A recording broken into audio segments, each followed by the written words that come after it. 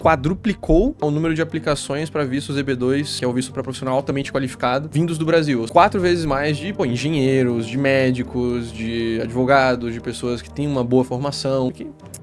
Vazando. Como nômade, eu já estive em 50 países diferentes, né? Eu tenho residência no Paraguai, eu tenho residência na Colômbia, eu tenho residência no Chile, eu tenho empresa nos Estados Unidos, eu tenho conta em um monte de lugar. Um monte de coisa que eu faço, assim, eu sou cobaia pros nossos clientes. Dezenas de empresas especializadas em nacionalidade italiana. O Brasil acabou criando um caso internacional muito forte de lotar os consulados e as comunas de processo. Por que o pessoal tá procurando tanto ir pro Paraguai? O Paraguai, ele é atualmente o regime fiscal mais atrativo de toda a América Latina. Renda estrangeira não é tributada. Dividendos, juros, aluguéis, ganho de capital. Tudo que o Brasil tá começando a tributar agora. Exato. Eu tava conversando com um amigo meu, chileno. O pessoal de direita foi votar na comunista na primária, pra a esquerda lançar a comunista pra daí, no segundo turno eles perderem pra direita. Foi algo arriscado, podia ter ganhado uma comunista, né? Lá funciona o xadrez 4D, então. Fizeram um xadrez 4D só aí. aqui que não funciona. Pelo menos.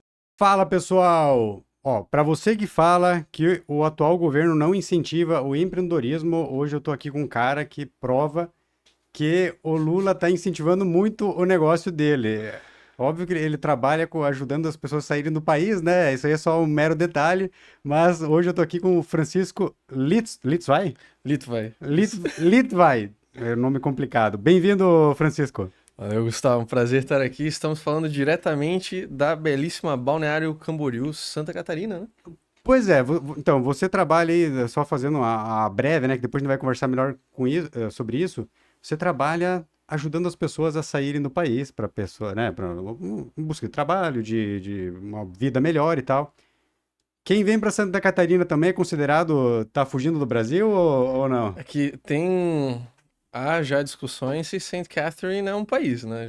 Já tá já tem o pessoal falando do passaporte de Saint Catherine, mas a gente pode tratar sim, assim, o que eu trabalho principalmente é com esse conceito de teoria das bandeiras de internacionalização, né, da pessoa buscar diversificar a vida dela e diminuir a exposição dela a um certo governo. E geralmente, assim, a maior diferença vai ocorrer quando a gente está falando entre países, mas também há diferenças, há melhoras entre estados do mesmo país. Aí, claro, depende do país, né? Se fosse, por exemplo, Estados Unidos, se mudar de um estado para o outro, é uma mudança mais significativa do que se mudar de um estado para o outro dentro do Brasil. Assim, nível de impostos da empresa ou da pessoa física ou de legislação, enfim. Lá você tem estado que um estado pode arma liberado, no outro estado é super restrito, né? O quanto essa mudança impacta é maior. No Brasil, dá, mas é um nível menor, né? É mais qualidade de vida, segurança. É que eu acho enfim. que é porque nos Estados Unidos a legislação possibilita ter essa diferença maior, né? O federalismo deles ele é mais real, né? Suíça também, por exemplo. O Estado tem uma autonomia maior para decidir. Só aqui a gente não tem, só que mesmo assim acaba aflorando aí uma diferença, mas eu acho que é por causa de níveis culturais, né? Tem algumas questões que o Estado pode fazer, né? Por exemplo, questão de... Agora vai mudar na reforma tributária, mas o ICMS, né? Santa Catarina tem alguns benefícios fiscais para empresas também, é um estado bem interessante, mas é principalmente no Brasil a nível federal, né? A parte de, por exemplo, impostos da pessoa física, a maior parte vai ser definida pelo país mesmo. Mas hoje, para você que está assistindo aí, cada dia eu estou num estúdio diferente aí, porque eu tenho que ir atrás dos convidados. Hoje a gente está em Balneário Camboriú, aqui no estúdio Camboriú Podcast, aí, nosso camarada aí. E aqui essa cidade realmente parece outro país, né? Parece. Assim, Balneário, para quem já foi cidade do Panamá, eu diria que lembra muito. Para quem já foi, assim, não chega a ser... Eu não acho que chegue a comparar com Dubai, assim, diretamente, igual o pessoal fala, né, de Dubai brasileiro. Acho que Dubai já tem uma vibe bem diferente. Mas só porque tem uns prédios altos, daí os caras já falam que é Dubai. Tipo, mas eu acho que lembra muito cidade do Panamá, cara. Uma cidade, assim, que tem tem muitos prédios, tem muito luxo e tal, mas ainda nesse contexto um pouco mais tropical, né, mais latino-americano. Mas é um lugar que tá crescendo muito. E Santa Catarina, de forma geral, né, cara? Governos de direita sucessivos... a população também faz uma diferença. Não, o que espanta é a quantidade de prédios que tem aqui em Balneário. E eu acho que Balneário ainda tem um pouco de... O espaço é um pouco reduzido, mas eu estava aqui em Itapema, aqui do lado, que daí eu acho que tem mais espaço e não se desenvolveu, não cresceu tanto quanto Balneário. Mas já tá crescendo muito também, cara. Muito. Alguém me falou lá que, tipo, contou, assim, da janela do prédio da onde ele tava, assim, 60 construções, assim. E tudo prédios gigantes, assim, tipo... Cara, é absurdo, absurdo. Tá formando uma região metropolitana aqui no norte de Santa Catarina que, assim, cara, Penha tá densificando, sabe? Então, pega Balneário, Itajaí, Navegantes, Penha, Pissarras, Barra Velha. Até Barra Velha tá subindo um monte de prédio. É o litoral de Santa Catarina inteiro, praticamente. Tá, e engraçado que Florianópolis, que teoricamente é a capital, que era para ser mais desenvolvido, acabou ficando para trás, né? É que eu também não sou especialista nisso, tá? Não é a minha área, mas pelo que eu tinha conversado com o pessoal aí da arquitetura e urbanismo, a legislação em Floripa ela é mais fechada, assim, para a parte de construção. Não é tão fácil densificar. Tem muitos bairros que, assim, de acordo com o plano diretor, tu não pode construir, não pode construir alto, tem que ter tantos recursos, coisa assim. Aí tem muita coisa lá que é tombada, né? Sim. De patrimônio histórico. Então, Balneário meio que é mais Tá. livre para também fazer isso. E foi ficando para trás Florianópolis, né? Tá, você pode explicar um pouquinho melhor o que você faz?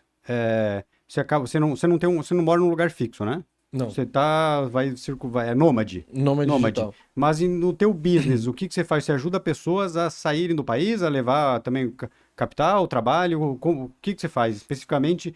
E como que você conseguiu esse conhecimento para ajudar as pessoas nesse sentido? Maravilha. Então, a gente trabalha com internacionalização, tá? Então, internacionalização é justamente você tirar o Brasil da sua vida, mas não necessariamente tirar toda a sua vida do Brasil.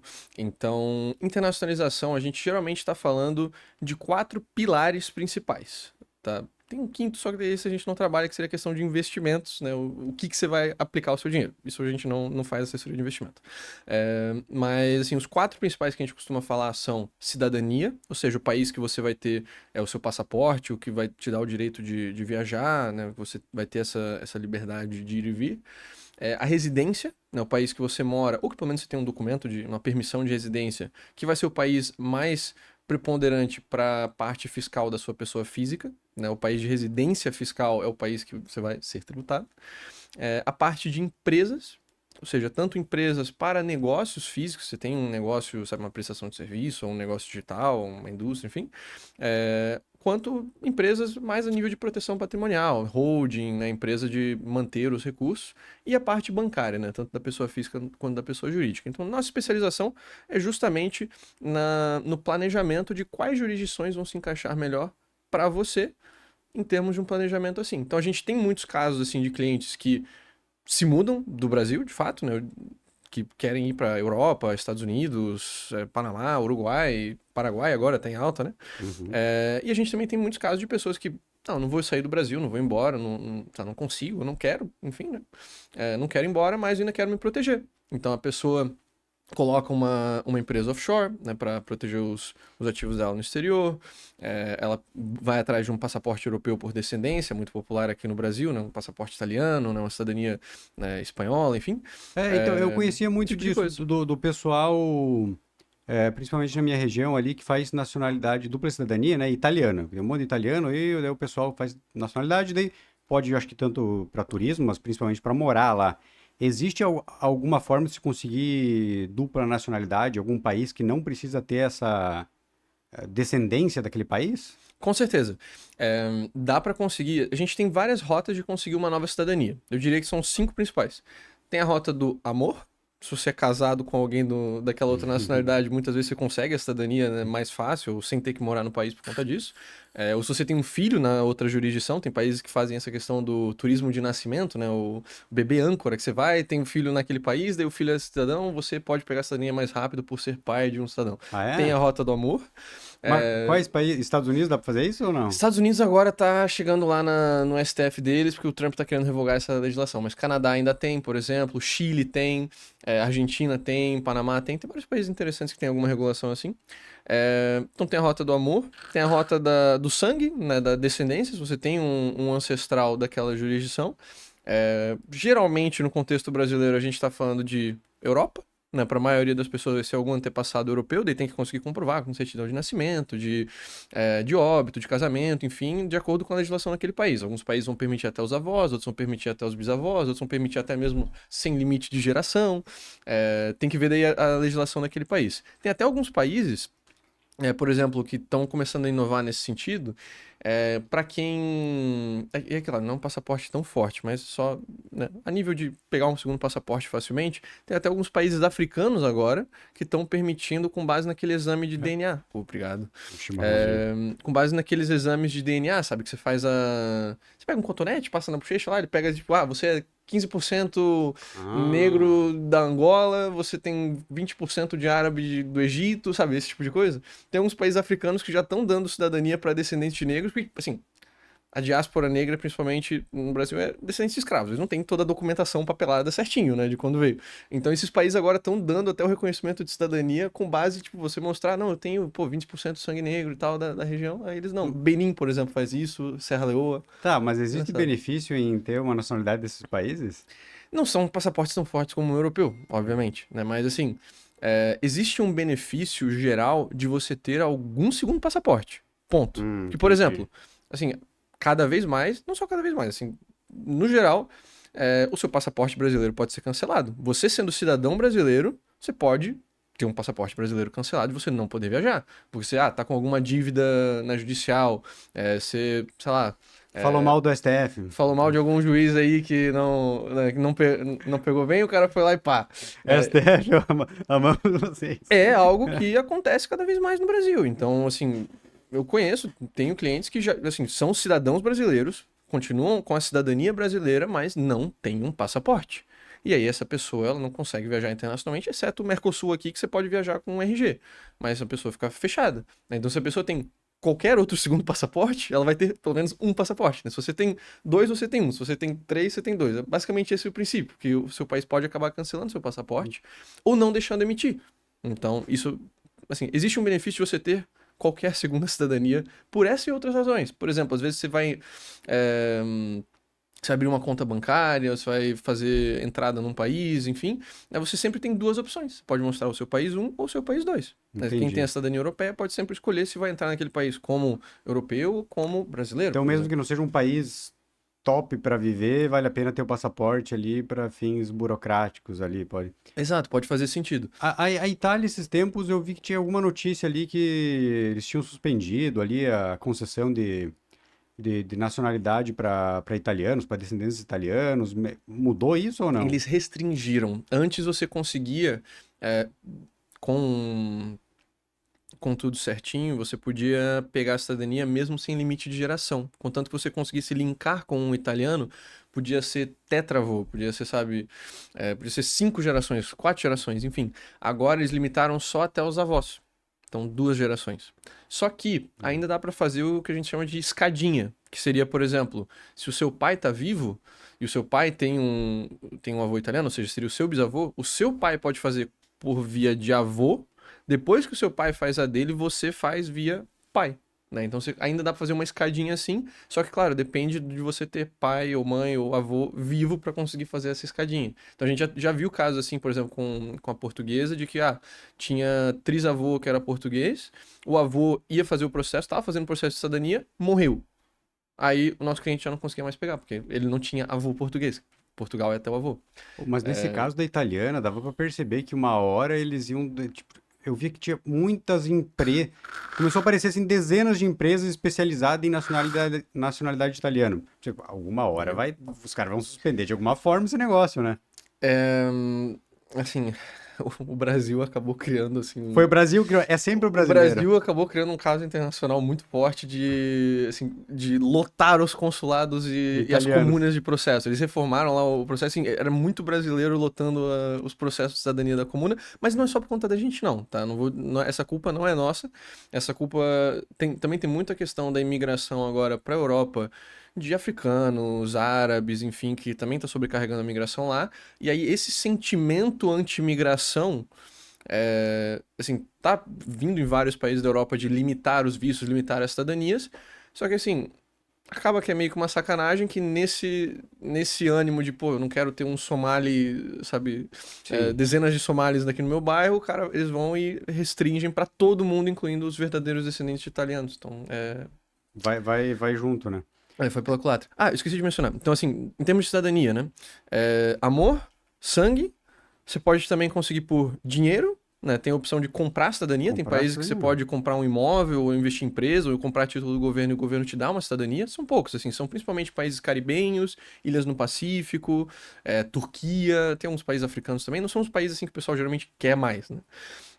Tem a opção da cidadania por mérito, que é um caminho muito interessante também. Aqui depende do país como que é definido isso, mas assim, pense naquele caso que foi, acho que era um senegalês ou um camaronense, que tava lá na França, que tinha uma criança que tava para cair da sacada de um prédio, o cara foi, escalou a sacada do prédio, salvou a criança e o Macron foi lá e deu a cidadania para ele.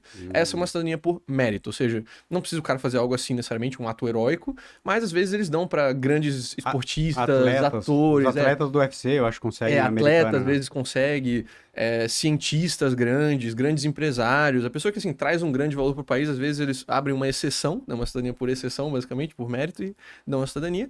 E a última, que todos os países do mundo praticamente têm, a grande maioria oferece, é a cidadania por tempo, né? Que é de morar lá. Então, more 5 anos naquele país e aí aplique para cidadania. More tantos anos, aí consiga morar lá 10 anos fugindo da polícia, que se você conseguir, você vai ganhar a cidadania. Pois, tem um país atualmente, para quem quer uma cidadania europeia, particularmente, né? E não tem o direito por descendência, ou não tem mais, porque, sei lá, mudou a italiana.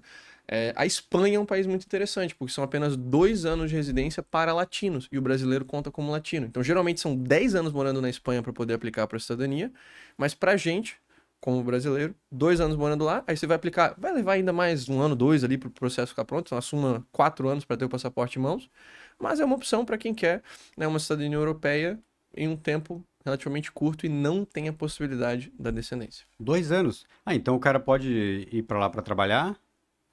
E daí acaba conseguindo depois de 2 anos de cidadania? Mas e pra ir pra trabalhar, tem algum bloqueio, alguma restrição ou não? Aí tem que ver como que a pessoa vai conseguir se mudar pra lá, né? Pra conseguir um visto de trabalho direto, geralmente você tem que ser patrocinado por uma empresa lá, né? Mas dependendo da situação, por exemplo, tem o visto de nômade digital agora lá. E muitos países lançaram, né? É relativamente novo, assim, não tem nem 10 anos que começaram a lançar esse visto de nômade, que se você mostrar que você trabalha ou como profissional autônomo para clientes de fora, ou para uma empresa estrangeira, tipo, você trabalha para uma empresa brasileira, e você consegue demonstrar, no caso da Espanha, 2.700 e poucos euros de renda mensal, você pode morar lá, trabalhar para a empresa brasileira e morar na Espanha e contar tempo para a cidadania. Então, se a pessoa trabalha para Estados Unidos ou para Brasil remoto, ele pode se mudar para a Espanha, morar 2 anos lá e aplicar para a cidadania. Mas ele tem que estar 2 anos, então, morando legalmente. Morando, não pode... Legalmente, não pode estar ilegal. Não pode ter legal. Que então essa é a parte difícil, então não é tão fácil. Morar legalmente não é tão difícil, assim. A Espanha até, por exemplo, tem um caminho para quem é, por exemplo, aposentado ou para quem já tem algum patrimônio também criado, eles têm um visto chamado visto não lucrativo, que é para quem não vai buscar trabalhar na Espanha. Vai levar dinheiro para investir. Se tu tem, tipo, 30 mil euros na conta bancária, no banco, para se manter lá, eles te dão um visto lá, é um visto passivo, tu não pode buscar emprego lá, mas assim, para quem já tem renda, sabe, de aposentadoria ou de coisa assim, pode morar lá na Espanha e pegar a cidadania depois de um tempo. Para quem, me parece, que para quem tem dinheiro, a cidadania é sempre mais fácil de conseguir, né? Tudo é mais fácil para quem tem dinheiro, né? Se o cara tem 10 mil, pior que os Estados Unidos, para ser rico lá é outro grau de... Sim. Tá, vamos dizer que o cara tem 100 milhões de dólares. Aí ele dá um jeito de conseguir a cidadania americana, ou não? Direto, não. Não? Não. Então não é tão só ter dinheiro para investir. Assim, tem coisa que o dinheiro não compra, né? Mas ter dinheiro sempre facilita muito. Você consegue, geralmente, mais opções de migratórias, mais opções para acelerar a cidadania. Se o Neymar quiser virar... Mas o Neymar entra no mérito, né? Eles dão... O Neymar pode entrar, talvez, no caminho excepcional aí. Se o velho da van decide virar americano, ele consegue cidadania americana? Aí tem que ver o que os Estados Unidos diriam em relação a isso, porque os Estados Unidos tá difícil. Os Estados Unidos tá... Não, mas pro cara que tem bilhão lá, se o cara tem a possibilidade de investir... Aí ele teria que negociar, né? Entendi. Não, mas aí são a exceção da exceção, né? Sim. Tá, geralmente, o que o pessoal procura quando o cara vai realmente mudar de vida? Vai pra lá, vai procurar outro país pra morar. O que ele procura na hora de escolher o país? Que eu acho que deve chegar pessoas... para você que quer mudar de país, mas não sabe para qual país ainda vai. E daí começa a pesquisar, sei lá, o que é melhor para a família, o que é melhor para o trabalho. O que eles costumam procurar? Esse é um caso que a gente adora atender, inclusive a pessoa que quer descobrir para onde ir, né? Tem essa abertura de países. A gente também ajuda quem só quer ir direto para um país, tipo, eu quero mudar para os Estados Unidos. Ok, beleza, a gente apresenta aqui para o advogado lá. Enfim, ou para o Paraguai, vamos lá, a gente faz o processo. Mas para quem quer saber para onde ir, eu diria assim, em termos a gente tem que pensar tanto no que ela tá, do que ela tá fugindo e o que ela tá buscando. Né? Geralmente, do que ela tá fugindo, os principais motivos que fazem ela querer sair do Brasil, também varia de pessoa para pessoa. Mas eu diria que o top 3 que eu tenho visto nos nossos atendimentos segurança é muito forte. Tá, assim, sensação de piora da segurança também, o aumento da impunidade, acho que é um fator que faz as pessoas, tipo, pô, eu não quero que meus filhos cresçam aqui, enfim. Questão de impostos. E assim, cada aumento de impostos é uma leva nova de clientes, sabe? Quando lançaram o imposto da offshore, um monte de cliente que tinha offshore falou, não, agora eu não aguento mais. Com a regulação agora da Decrypt, o aumento da fiscalização sobre criptos, uma galera já tá, não dá. Com a proposição da tributação dos dividendos e o avanço agora de que, pô, vai realmente, né, vai acontecer, muita gente também, não. Agora com dividendos eu também não quero. Então é muito, assim, pautado das pessoas... Para vocês deve estar adorando esse governo, né? Tá. Em termos de business. Eu fico triste porque a gente também faz, por exemplo, residência no Brasil para gringo, né? A gente já atendeu vários clientes alemães, espanhóis, enfim, que vieram para o Brasil para pegar residência. Então, se o Brasil fosse bom, a gente também conseguiria ganhar dinheiro. Mas, enfim... E eu acho que o terceiro ponto é a questão da falta de esperança política. Tipo, de que... Eu tenho, assim, certeza que se o atual governo for reeleito, aí vai ter uma leva gigante, porque tem muita gente agora que tá só segurando, tipo, já não tá aguentando muito os aumentos de impostos e tudo mais, mas ainda tá na esperança de que, pô, talvez mude. Eu acho que não trocando o governo, vai vir uma leva muito grande de pessoas no ano que vem para sair. E aí, assim, o que as pessoas buscam, né? Acaba sendo o oposto disso, geralmente. Países com maior estabilidade política, né? Seja que, por exemplo, agora no Paraguai o pessoal gosta muito do fato de não ter tido esquerda no poder durante 2 décadas, praticamente. Ou que pelo menos a alternância no poder seja mais normal. Por exemplo, o Chile agora, sabe? O Boric lá de esquerda. Pô, não é um governo que fez bem pro Chile, mas perdeu imediatamente, deu parabéns ali pro Cast, não, sucesso, enfim, e vai embora, sabe? Tem instituições mais estáveis. Isso, a questão da segurança acaba sendo muito importante, a questão dos impostos aí vai depender muito da situação da pessoa. Tá? Eu diria que a gente acaba tendo 2 padrões de migração distintos hoje em dia. A gente tem a migração do profissional CLT, ou do empresário tipo físico, e a gente tem a migração do profissional ou empresário remoto. Por que é a diferença? Por exemplo, um médico. Tá? Se você está me escutando agora, sabe, a gente teve, por exemplo, um caso de muitos casos de cliente médico, na verdade. O cliente médico, ele não pode simplesmente ir para qualquer lugar. Né? Ele idealmente quer ir para um lugar que ele vai ganhar um salário maior que o dele, para começar. Né? Ele geralmente não vai querer aceitar um corte de salário. Então aqui ele depende tanto da possibilidade de revalidação, né? Quão difícil que vai ser ele atuar naquela área no país novo, então tem que ver essa burocracia, e também justamente o incentivo dele eu quero ganhar o maior salário possível. E geralmente os países que têm salários mais elevados são em média países que vão ter mais imposto. Então o cara geralmente vai aceitar um aumento da carga tributária dele sim em relação ao Brasil, para pegar um país que, pô, vai ser mais seguro, mais infraestrutura e ele vai ganhar mais. Por exemplo, o pessoal que vai para o Canadá. Não tem um brasileiro que vai para o Canadá que vai pagar menos imposto. Assim, o Canadá é um inferno fiscal grande. Mas muita gente ainda acha que isso vale a pena pagar mais para receber mais. Tem alguns países que têm esse salário mais elevado que também tem menos imposto. Por exemplo, sei lá, Emirados Árabes, Suíça. Se o cara é CLT, em muitos casos, os próprios Estados Unidos, né, para quem ganha salário no Brasil hoje em dia, para a maioria dos casos vai pagar menos nos Estados Unidos. Mas enfim, o foco dessa pessoa é máximo de renda, e é isso. Agora... Daí as diferenças culturais o cara ignora. Não é prioridade para ele. Não digo que ignora a diferença cultural. A gente sempre vai tentar escolher, né, com base na preferência cultural da pessoa ali, mas o padrão de país costuma ser país de alta renda e alto custo de vida e muitas vezes alto imposto também. Já para o profissional remoto, ou para o empresário remoto, a gente tem uma situação meio distinta, porque ele se mudando não diretamente impacta a renda dele, mas pode afetar muito a carga tributária e o custo de vida dele. Então, se o cara já tem um negócio que é remoto, sei lá, ele cria conteúdo na internet. Se ele se muda, por exemplo, para um Paraguai, sabe? Lá toda a renda do exterior é isenta. Beleza, estruturando corretamente, ele pode zerar a carga tributária dele em muitos casos. E o custo de vida, sabe? Ele vai cortar o custo de vida dele em 1/3 comparado a morar no Brasil, né? Vai diminuir 30%. Então, ali ele acaba tendo uma qualidade de vida melhor do que se ele fosse se mudar para uma Suíça, porque sobra muito mais dinheiro, ele vive como classe, tipo, A+ no Paraguai, enquanto ele viveria como classe C- na Suíça. Entendi. Então, assim, a gente vê muito o fenômeno do nômade digital que vai para Tailândia, que vai para Bali, que vai para o México. Eu que estou na Colômbia também. Eu gosto muito da Colômbia, eu adoro o país. Mas eu não estou ganhando um salário em pesos, né? Eu tenho uma empresa internacional e aí vivendo, ganhando em dólar. A Colômbia é um país maravilhoso.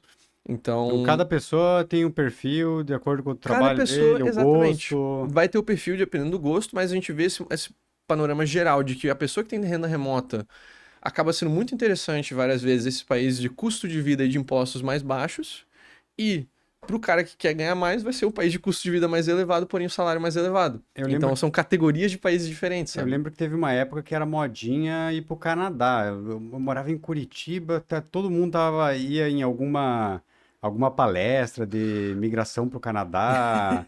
Começavam a fazer escola de francês e tal. Acho que agora deu uma diminuída, né? Deu. É que tá piorando lá também, né? O custo de vida tá bem alto, eles estão com alguns problema no sistema de saúde, tá... Os caras meteram os governos de esquerda lá, né? O cara tem que prever o futuro. E enquanto isso, agora a modinha é o Paraguai, né? Mas eu acho que tem fundamento, o Paraguai tá em ascensão. Eu vi até que você tava, acho que no canal do Urich, né? Falando sobre isso. Por que o pessoal tá procurando tanto ir pro Paraguai? Então, eu prefaciaria isso dizendo, o Paraguai não é para todos, né? Por exemplo, o cara é neurocirurgião, eu não acho que ele vai ter a melhor oportunidade profissional para ele no Paraguai, não vai. Mas o Paraguai funciona muito bem para muitas pessoas. Por quê? Primeiro, como todo país do Mercosul, tá? Isso não é exclusivo do Paraguai, você também teria essa facilidade em outros países da América do Sul. O processo de migração é muito fácil. Então, para você poder pegar residência e morar lá, você não precisa comprar imóvel, não precisa abrir empresa, não precisa mostrar qualificação profissional, que você é formado, não precisa mostrar oferta de emprego.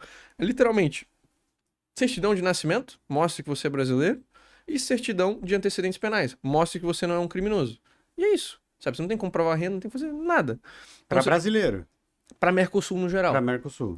Então, assim, isso para todos os países do Mercosul você tem essa situação. Pode ter um ou outro documento que o país peça, tipo, o Uruguai pede a equivalência da carteira de vacinação. Mas, assim, essa questão de não precisar comprovar renda e emprego é um fator que torna muito fácil se mudar. Você só precisa ter a disposição para ir lá e se mudar, mas todo mundo pode. E aí você tem o direito de buscar emprego no país, pode empreender, pode fazer o que você quiser. Então, essa parte migratória é muito fácil. Adicione a isso que Paraguai e Uruguai especificamente tem essa proximidade geográfica maior, né? Para quem é do sul, do sudeste, enfim, muitas vezes é uma mudança, é quase como se fosse uma mudança de estado, né? Em termos de distância. E aí o outro lado, dois outros lados. Um outro lado é a questão das exigências depois, tá? Que você vira residente. Para o Paraguai, para você manter a residência temporária lá, você só tem que pisar no país um dia a cada 364 dias, ou seja, não esteja ausente mais de um ano seguido. Isso pelos 2 primeiros anos é residência temporária. Depois você vai converter para residência permanente. Na permanente é um dia a cada 3 anos que você tem que pisar no Paraguai para manter a residência ativa. O que significa que você pode se tornar residente, pode já adiantar muitas coisas sem ter que se mudar ainda de fato. A gente vê muito cliente fazendo residência no Paraguai por conta disso. O cara não vai embora do Brasil agora, mas ele já quer se ajeitar, já quer se adiantar. Então ele já faz a residência, ele pega a cédula, que é a carteira de identidade, né? Ele já abre uma conta bancária no Paraguai, se ele quiser ele já começa a abrir uma empresa no Paraguai, ele já pega a carteira de motor... Ele já consegue adiantar toda a vida dele, sem ter que se mudar, e quando ele quiser, ele só chega. Geralmente paga a mudança e foi. Tá, mas o pessoal corre para lá também por causa de imposto, não E esse é o ponto número 3, que é a questão fiscal. Então, o Paraguai, ele é atualmente o regime fiscal mais atrativo de toda a América Latina. Eu colocaria, assim, América Latina inteira, não só América Latina, acho que é Américas, dá pra falar isso. Mais que Estados Unidos e Canadá também. Claro, fiscalmente, não estou falando que o país é perfeito, que ele é melhor em tudo para negócio. Digo que a nível fiscal, a gente tem um sistema que é assim. Pessoa física. Renda estrangeira não é tributada. Ponto. Então, dividendos, juros, aluguéis, ganho de capital, sei lá, royalties, enfim, tudo que você tem de fora não tributa. Tudo que o Brasil está começando a tributar agora. Exato, né? O que a gente teve agora o imposto às offshores a partir de 2024. Então, tudo que é de fora você já não tributa.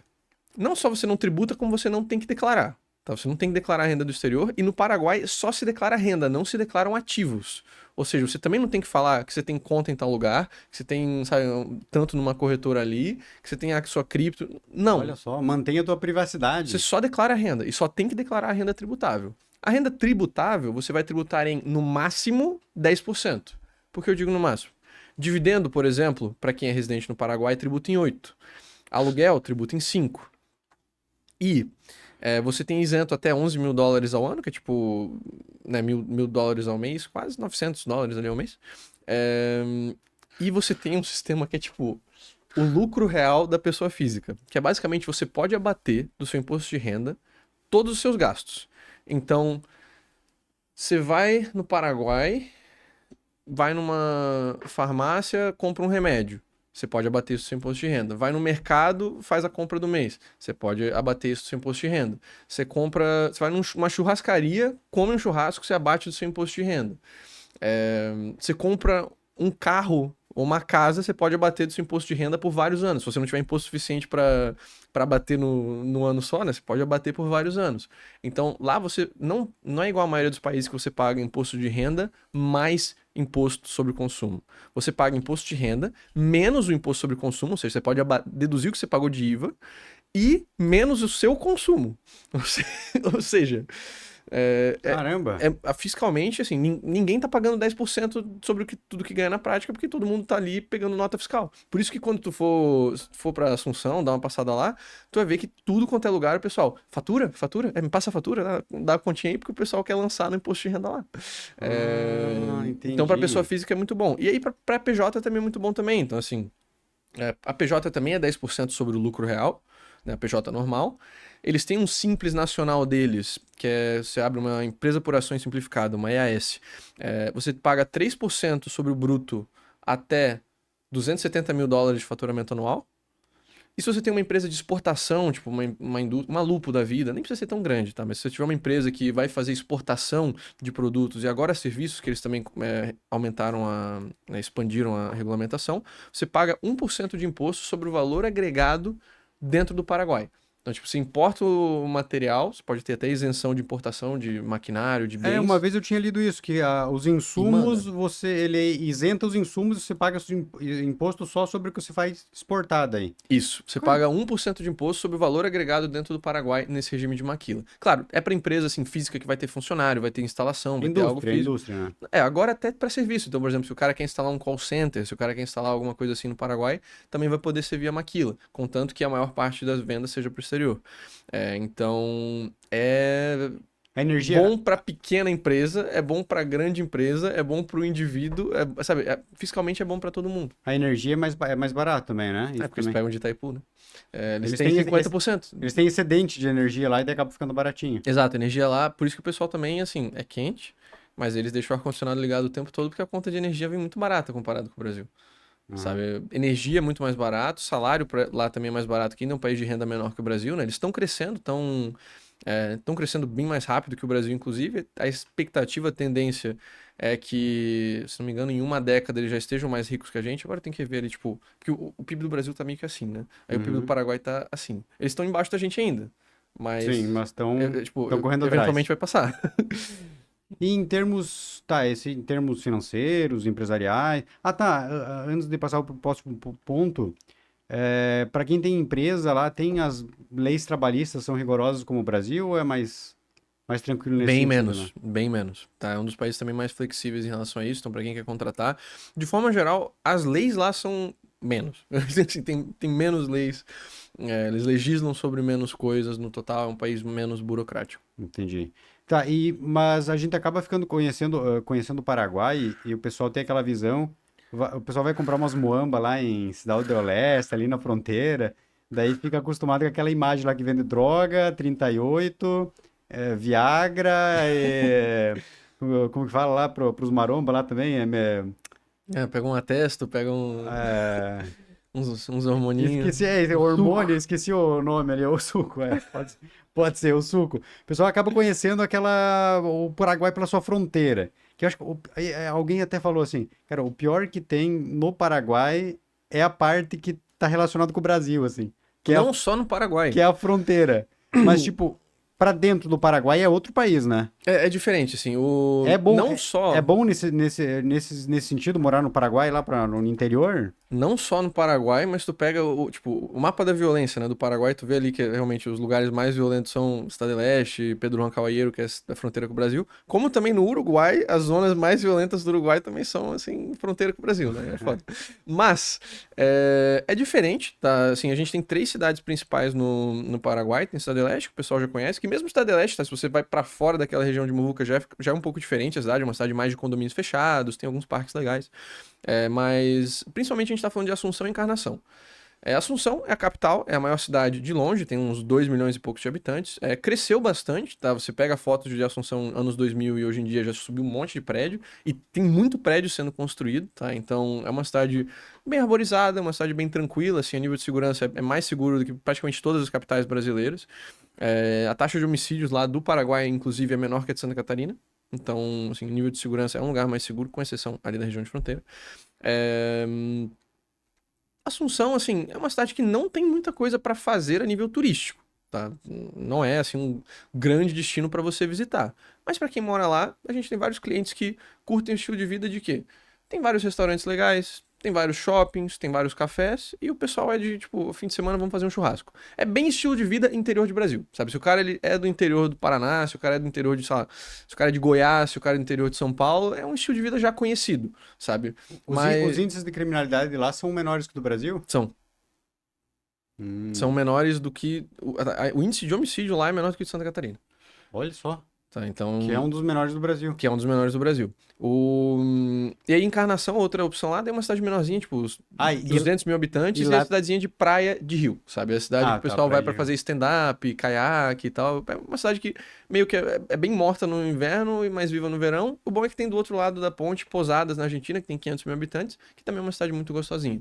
Mas assim, isso entra num ponto que... migração não é só imposto, né? Não é só imposto, não é só não é só assim as vantagens no papel, é também como você se sente. Se você vai só pegar residência para ficar ali de backup, ou vai ser nômade igual eu, vai pegar residência fiscal, mas não vai morar lá, você vai ficar viajando, tudo bem, né? Mas se você vai realmente morar, a gente tem que ver se o país se adequa com o que você gosta. A gente teve muitos clientes que foram para Assunção pela primeira vez, não esperando nada do Paraguai, iam só para pegar o documento lá, mas assim, foram, gostaram e estão morando lá. Tem uma comunidade cada vez maior de brasileiros que realmente tá permanente por lá e que gostaram do local. Agora, eu tenho clientes que me falam, Francisco, eu gosto de frio. Eu quero um país que tenha frio, eu quero um país que tenha 4 estações, eu quero um país que tenha neve. Beleza, então não vai ser pra você. Eu gosto muito de praia, eu quero estar próximo da praia. Ou eu gosto, sabe, eu quero uma metrópole global, eu quero um lugar muito bem conectado. Se o cara viaja muito a trabalho, por exemplo, não só para Brasil, mas sabe, o cara tem que fazer viagens para Europa ou Estados Unidos. Cara, Paraguai é um país meio isolado, né? Se o cara quer algo mais conectado, talvez a cidade do Panamá seria melhor. Ali você tem, sabe, dezenas de conexões de voo, é bem mais conveniente. Então tem que ver muito o que a pessoa valoriza. Tem muita gente que... Tem muito agricultor lá também, Tem né? muito agricultor lá também. A plantação de soja lá, várias coisas, é muito forte lá, né? O que eu diria, assim, é interessante a pessoa considerar, porque muita gente nem considerava Paraguai, sabe? Não era nem na cabeça dela de eu me mudar para o Paraguai. Não. Sabe? Pessoas que nunca foram em Assunção também. Eu diria, se você está interessado, se você começou a achar interessante esse papo do Paraguai, vá para Assunção, fica uma semana lá, conhece, vê o que você acha. Se não gostar, legal. Podemos pensar em outro país, mas muita gente acaba se surpreendendo. Pô, mas eu eu sou do interior de Santa Catarina, hein? Na última eleição, quando eles viram aí que, né, o governo ia mudar ali, um amigo meu já começou, cara, eu tô vendo como que... Ele é agricultor, que não é tão fácil pra se mudar, Sim. né? Cara, tô vendo aí como que faz pra mudar lá pro Paraguai, a gente tá vendo, lá diz que tem um pessoal que foi pra lá e tá se dando muito bem e tal, o único problema é que tem às vezes umas barreiras de locais, assim, né? Que é bom se conhecer o pessoal da região, ter algum amigo que já é agricultor lá e tal, porque senão você chega no meio do mato lá, compra um terreno, às vezes tem que conhecer um pouquinho, mas, cara, pros agricultores tá cogitando ir pra lá já, porque... O papo ali do Ratinho, que virou o notícia, Ratinho falou esses dias que ficou vai rede nacional, comprou outro sítio lá, né? ele fez um vídeo lá falando que ele virou cidadão paraguaio, que a própria advogada no vídeo falou, é residente paraguaio, que ele confundiu ali os tempos. Ah, sim. Mas assim, o pessoal até tava perguntando, caraca, o Ratinho vai se mudar para Paraguai? Não, ele não vai se mudar para Paraguai. Ele falou já, ele pegou a residência para investir em imóveis lá, para investir em terrenos e agricultura. Então, Fazendeiro, né? Ele tem muita... exatamente. Que um dia vai Tá ter valendo a pena. rede massa castelhana lá também, que é a rede dele. Em Guarani, talvez, quem sabe, né? Que eles Guarani. também falam lá. Pois é. Eles falam espanhol, só que eles... É engraçado porque, assim, eles jogam umas palavras de Guarani ali no meio, sabe? Tipo, ele tá falando espanhol contigo, daí solta uma palavra que tu... Ué, isso aqui é espanhol? Não, é Guarani. Tá, o Guarani é indígena. É indígena. É indígena. Mas tem gente que fala ainda? Tem, cara. Assim, se tu vai pro interior, tem muitos lugares que a maioria fala Guarani. Assim, o espanhol e Guarani são línguas oficiais. As duas são oficiais. Você vê, assim, coisas do governo paraguaio em espanhol e em Guarani. Tá, outro caso famoso, que deve ser muito similar, é o do Uruguai, né? Esses dias eu vi que o fundador, não sei se ainda é dono da Nubank, mudou a residência fiscal dele, eu acho, pro Uruguai para conseguir muitos benefícios fiscais. Sim, é tanto... Os dois que ficaram mais famosos, eu diria, do Uruguai foram o Vélez e o Galperin, né? Do Nubank e do Mercado Livre. O Mercado Livre, o fundador também é argentino e ele se mudou para o Uruguai, também por conta da vantagem fiscal. O Uruguai, ele fiscalmente não é tão bom quanto o Paraguai, mas ele ainda é muito, muito bom. Por quê? Ele tem essa isenção. Agora a esquerda está vendo talvez de potencialmente mudar e, assim, não está 100% confirmado para o orçamento de 26, mas já estão com algumas propostas de piorar, mas ainda vai ficar bem menor que o Brasil. Basicamente, é, ganhos de capitais, aluguéis, aposentadorias do exterior isentas para sempre, pelo menos no regime que o pessoal ali pegou. Agora, rendimentos considerados de capital móvel, dividendos e juros, por exemplo, eles são tributados geralmente a 12%, uma alíquota fixa. Só que para quem está se mudando para o Uruguai, pode pegar um benefício fiscal. A pessoa pode escolher pagar zero no ano de mudança mais 10, ou seja, 11 anos no total, ou pagar 7% reduzido a vida toda. A maioria dos nossos clientes escolhe a opção do 0 por 11 anos, e se eu estiver ainda no Uruguai daqui a uma década, eu vejo o que eu faço. Se estiver vivo aqui há 10 anos...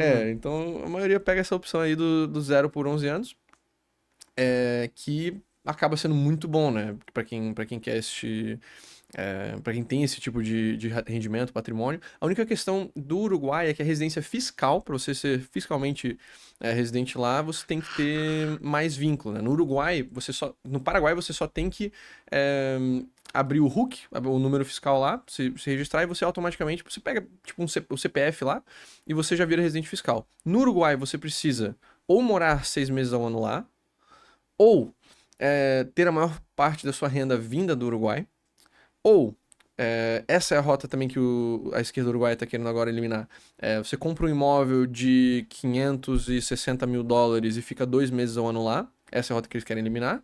Ou você investe, tipo, 2,4 mil dólares, ou seja, 2 milhões e poucos de dólares em empresas e imóveis no Uruguai, e você pode ter residência fiscal sem ter que morar lá um dia, sabe? Então, tem algumas rotas para ver a residência fiscal. Pro cara que ele é milionário, ele vai lá e compra um imóvel, sabe, uma mansão e dane-se. Foi isso que o cara da Nubank provavelmente fez. Mas se muda pra lá mesmo. A esquerda uruguaia é contra a migração? A esquerda uruguaia tá dificultando algumas coisas, assim. Eles estão querendo colocar o ganho de capital na parte que tributa de fato, e aí na isenção do estrangeiro ainda vai estar incluída a isenção do ganho de capital, mas tipo, pro uruguaio e pra pessoa que já passou o tempo, vai começar a tributar o ganho de capital estrangeiro, e eles querem cortar essa rota de só comprar um imóvel, ficar 2 meses ao ano e ser residente fiscal. A esquerda é contra. Eles querem aumentar imposto em todos os casos, né? Tá, mas não porque eles são contra a imigração, e sim porque eles querem ganhar dinheiro em cima disso. Querem tributar a galera. Pois é, mas acho que é mais pra tributar ou forçar a pessoa a morar lá, né?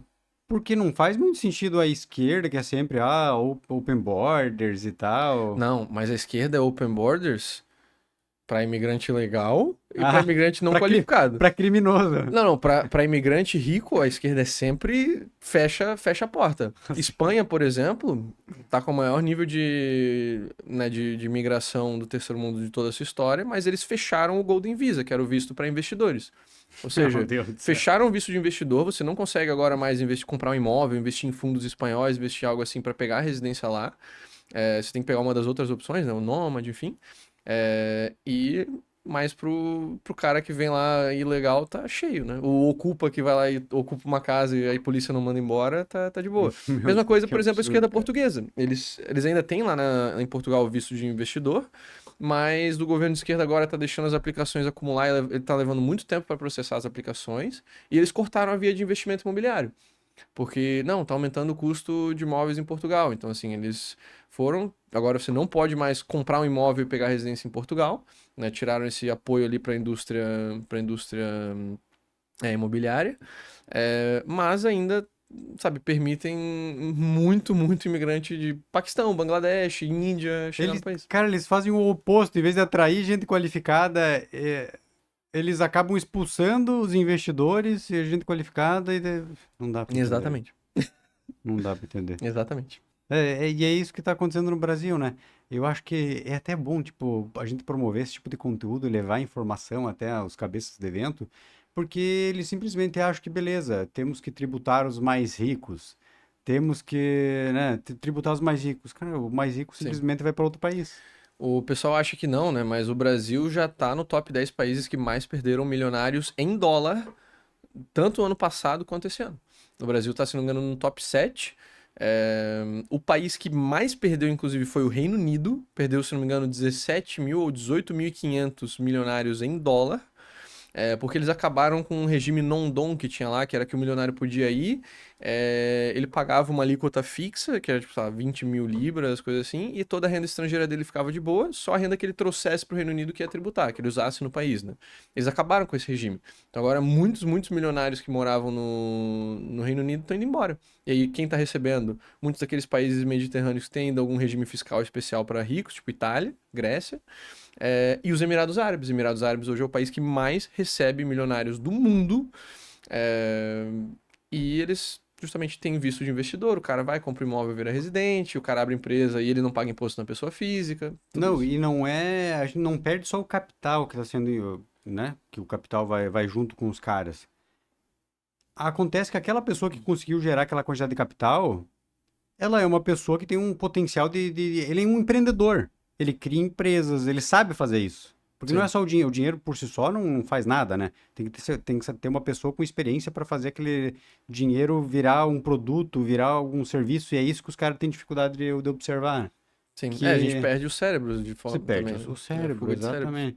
Não adianta só, não, vamos encontrar uma forma de sequestrar o dinheiro dele aqui. Não, ao mesmo tempo você está perdendo o cara que sabe empregar aquele dinheiro ali. Se botar aquele dinheiro na mão do Lula, ele não vai conseguir abrir uma empresa, né? O da Dilma, diz que a Dilma tinha um 1,99 que faliu, né? Putz, não sabia dessa. Diz que ela tinha um 1,99 e faliu um 1,99. Mas com certeza que o Brasil ia ser diferente, né? Mas enfim. Mas é verdade, assim, nos Estados Unidos, agora não lembro se foi 2022 ou 2023, acho que foi 2023, um ano depois da eleição do Lula, que quadruplicou o número de aplicações para vistos EB2, que é o visto para profissional altamente qualificado, vindos do Brasil, ou seja, 4 vezes mais de engenheiros, de médicos, de advogados, de pessoas que têm uma boa formação, que são, assim, referência na sua indústria, que vazando. Tem uma amiga minha que esses dias falou que tá fazendo uma entrevista de emprego para uma empresa suíça, eu acho. Só que daí, tipo, como que fala, o trabalhar em casa aí, o... Home office? Home office ainda que possibilitou, tipo, você perde a mão de obra para uma empresa estrangeira, mas pelo menos a pessoa fica aqui, né? Uhum. Por enquanto, né? Tipo, ela vai trabalhar, né, ou tá tentando ali entrar para trabalhar para a empresa lá de fora, mas possivelmente depois de um tempo, se ela gostar e tal, ela muda de país também, né? Sim. Ela tem a flexibilidade, né? Tendo essa renda remota, no momento que ela falar que o pacto social ali com o Brasil já não tá valendo a pena pra ela, ela vai. né? Ela não tem essa questão da renda estar atrelada à jurisdição. Por isso que é tão interessante, eu diria, a pessoa buscar construir renda remota, nem que não seja necessariamente no seu trabalho, tá? Se você, sei lá, trabalha, sabe, pedreiro, não sei, você não consegue fazer algo remoto, mas o seu capital depois, você pode aplicar ele também internacionalmente para você, né, ter uma renda recorrente aí de aluguéis, ou de dividendos, ou de juros, ou de alguma coisa que não dependa do Brasil. Né? Então, se você já tem a sua renda vinda do Brasil, a renda ativa principal, é interessante você investir internacional para também pelo menos ter alguma renda internacional que não dependa do futuro do Brasil. E essa é a parte que você não faz, você disse, assessoria de investimentos? Isso, eu diretamente não faço, nem a nossa equipe, mas a gente tem parcerias justamente com assessorias de investimento para isso, né? Inclusive, eu estava lá em Porto Alegre com o pessoal da Liberta, que é parceiro nosso. Ah, sim, essa live que você fez é do Urich? Isso, foi junto com o Urich e com o Leandro Ruschel. O Liberta é a empresa dele? A Liberta Investimentos, isso, que ele é sócio. Ah, tá. E aí a gente fez justamente um curso assim que eles estavam tocando mais a parte de investimento internacional e eu estava tocando a parte de imigração. Vendendo curso, estão vendendo curso também. Também. É a chave de ficar rico, né? Cara, quem não vende curso assim, no Brasil, milionário, tem que vender curso. A gente até agora quase fez nada de curso. Foi agora realmente junto com essa iniciativa da Liberta. Não, mas eu tô zoando. Não, mas eu digo mais por conta do público deles que a gente acaba vendo que muita dessa galera que já investe internacional tem uma demanda muito grande por esses temas de morar fora e tal, porque o pessoal não sabe, né? É um conteúdo ainda que não minha tá ou é tão tua? forte na... Desculpa me interromper. Eu acho que... Eu aceito, então pega aí. Desculpa aí me interromper. Mas é um conteúdo que a gente vê quando a gente fala, assim, com outros canais, o pessoal tá muito sedento por esse tipo de informação, porque é raro, assim, né, você conhecer desse tipo de coisa. Sim. Não, eu achei... Tipo, eu pessoalmente, como nômade, eu já estive em 50 países diferentes, então eu consigo, assim, falar de muitas experiências que eu vivi na prática. Eu também tenho dupla cidadania, né? Eu tenho residência no Paraguai, eu tenho residência na Colômbia, eu tenho residência no Chile, eu tenho empresa nos Estados Unidos, eu tenho conta em um monte de lugar. Um monte de coisa que eu faço, assim, eu sou cobaia para os nossos clientes, sabe? Eu vou e abro conta, sabe? Eu fui abrir conta na Rússia para poder viabilizar para algum cliente aí que queria uma parada lá também. Não, mas eu falei brincando, né? Óbvio que, tipo, os cursos e as coisas online otimizam muito, né, cara? O cara que vai aprender sozinho ali acaba demorando muito mais, então... E às vezes contratar uma assessoria pessoal, o cara gasta muito mais. Compra um curso, é o meio termo, né? Ele não gasta tanto e aprender ao mesmo tempo. Tipo, eu falei ali por, sei lá, 7 horas, maluco. Foi muita coisa até. Foi o primeiro curso que você gravou ou não? Assim, ao vivo foi a primeira vez. Mas, assim, o que eu diria para quem tá com um orçamento mais apertado, né, e quer fazer um planejamento de internacionalização, você pode já ir adiantando muita coisa. Você pode ver muita coisa por conta própria, aprendendo, especialmente, assim, para ver talvez cidades que você gostaria de ir, esse tipo de coisa. Mas é importante, cara, se não botar alguém para fazer um plano para você, mas pelo menos para validar. Porque muitas vezes, assim, ChatGPT, pra parte fiscal, ele caga muita coisa, cara. Não, mas não é só assim, pra parte fiscal, não. Ele às vezes valida o que você tá trazendo pra ele, mas ele não leva em conta algumas coisas que podem completamente acabar com o seu plano, sabe? Por exemplo, o cara pensa que, não, eu vou abrir offshore, vou me mudar pra Portugal, vou fazer tal coisa aqui, vou pegar aquele regime especial. Cara, mas o regime especial fiscal de Portugal lá já mudou e agora sua profissão não tá mais incluída. E o ChatGPT não sabe. Ou, essa offshore aqui tá na lista negra de Portugal. Esse dividendo não seria isento dentro do regime especial porque tá dentro da lista negra. Assim, às vezes o ChatGPT, muitas vezes, ele não modela variáveis críticas. Então, esse dia valide o seu plano, pelo amor de Deus. Eu vi que a mulher postou assim, chorando, ela triste, que ela tava no aeroporto. E ela foi viajar para um país, não recordo qual país, e ela perguntou pro ChatGPT se precisava de visto. E o ChatGPT falou que não precisava de visto. Ela chegou lá e precisava de visto, tiveram que voltar. Você tem razão, você realmente precisa de visto para esse país. Vai reclamar com o ChatGPT dele e fala, não, ops, errei. E aonde que entram as criptos no meio de tudo isso aí? Eu vi que você alguns vídeos que você falou bastante sobre cripto também, né? Eu acho que é uma ferramenta, assim, como várias outras, que tem essa correlação forte com migração internacional e proteção de patrimônio, justamente por ser um ativo que não pertence a nenhum país, né? Então você tem as suas criptos, que elas são, assim, né, materiais, não são do Brasil, não são dos Estados Unidos, elas são Sim. criptos. Então acaba que é uma forma muito prática, às vezes, de tanto mover dinheiro entre fronteiras, né, de você não ter que levar ouro físico, sabe? Até se a pessoa investe em ouro físico no Brasil, por exemplo, e ela quer se mudar para outro lugar, só para levar isso sabe, é horrível burocraticamente. Né? Não vai conseguir. Então, é algo bem, bem complicado e, assim, a cripto torna muito fácil você justamente mover esse dinheiro. Muitas vezes você tem um nível de privacidade financeira também maior. Não sempre, porque tem várias criptos que são bem expostas, né? A pessoa acha que ela está totalmente anônima só porque ela mexe com Bitcoin, mas não. Você tem que realmente tomar cuidado com a sua OPSEC, né? Com a sua segurança operacional. Mas é uma forma de você tanto investir sem estar diretamente correlacionado com nenhum país, quanto também de você facilitar esses movimentos de capital entre países, seja entre empresas, seja você se mudando. Sim, hoje em dia, por exemplo, tá cheio de cartão cripto, né, que você carrega uma wallet, daí você pode gastar com cartão Visa, Mastercard, direto do seu balanço de cripto, né? Eu tenho alguns inclusive, e tá cada vez maior o número de contas crypto-friendly, assim, que são contas que você deposita em USDT ou USDC ou Bitcoin, e aí você consegue fazer uma transferência em Guarani Paraguaio, ou em peso colombiano, ou em dólar, ou em euro. Então isso facilita muito você mover fundos. E agora que você falou do cartão, eu até lembrei que eu acho que o 38 falou num podcast, e, se eu não me engano, era até nesse estúdio aqui, né? Que ele falou sobre uns cartões pré-pagos. É Exatamente. Você isso? carrega com cripto e daí você gasta no cartão. Tá, mas você pode carregar em cripto e gastar, tipo, na moeda local? Porque justamente o cartão ele vai fazer isso. Tipo, o que o cartão faz? Você carrega ele em Bitcoin ou em USDT, e aí na hora de gastar, eles vão fazer lá a conversão do lado deles e você vai gastar onde quiser. É tipo você tem um cartão em dólar. Você pode gastar o cartão em dólar no Brasil. A instituição financeira, né, vai fazer a cobrança ali depois, tipo, gastou em real, aí vai ver se tem alguma taxa, enfim. Mas hoje em dia já tem cartões assim que tem taxas bem pequenas. Tá, não, Ou nada. agora eu tô fazendo consultoria ao vivo. Você pode colocar da tua cold wallet, tipo, e rastrear. Ó, manda a minha Bitcoin para aquela. Só que eles vão pedir algum CPF, alguma coisa. Depende. A maioria vai pedir algum tipo de verificação, né, um KYC, de você mostrar tipo, uma identidade, você mostrar alguma coisa assim para se verificar. Tem alguns cartões aí já que são totalmente assim de você não ter que fazer KYC.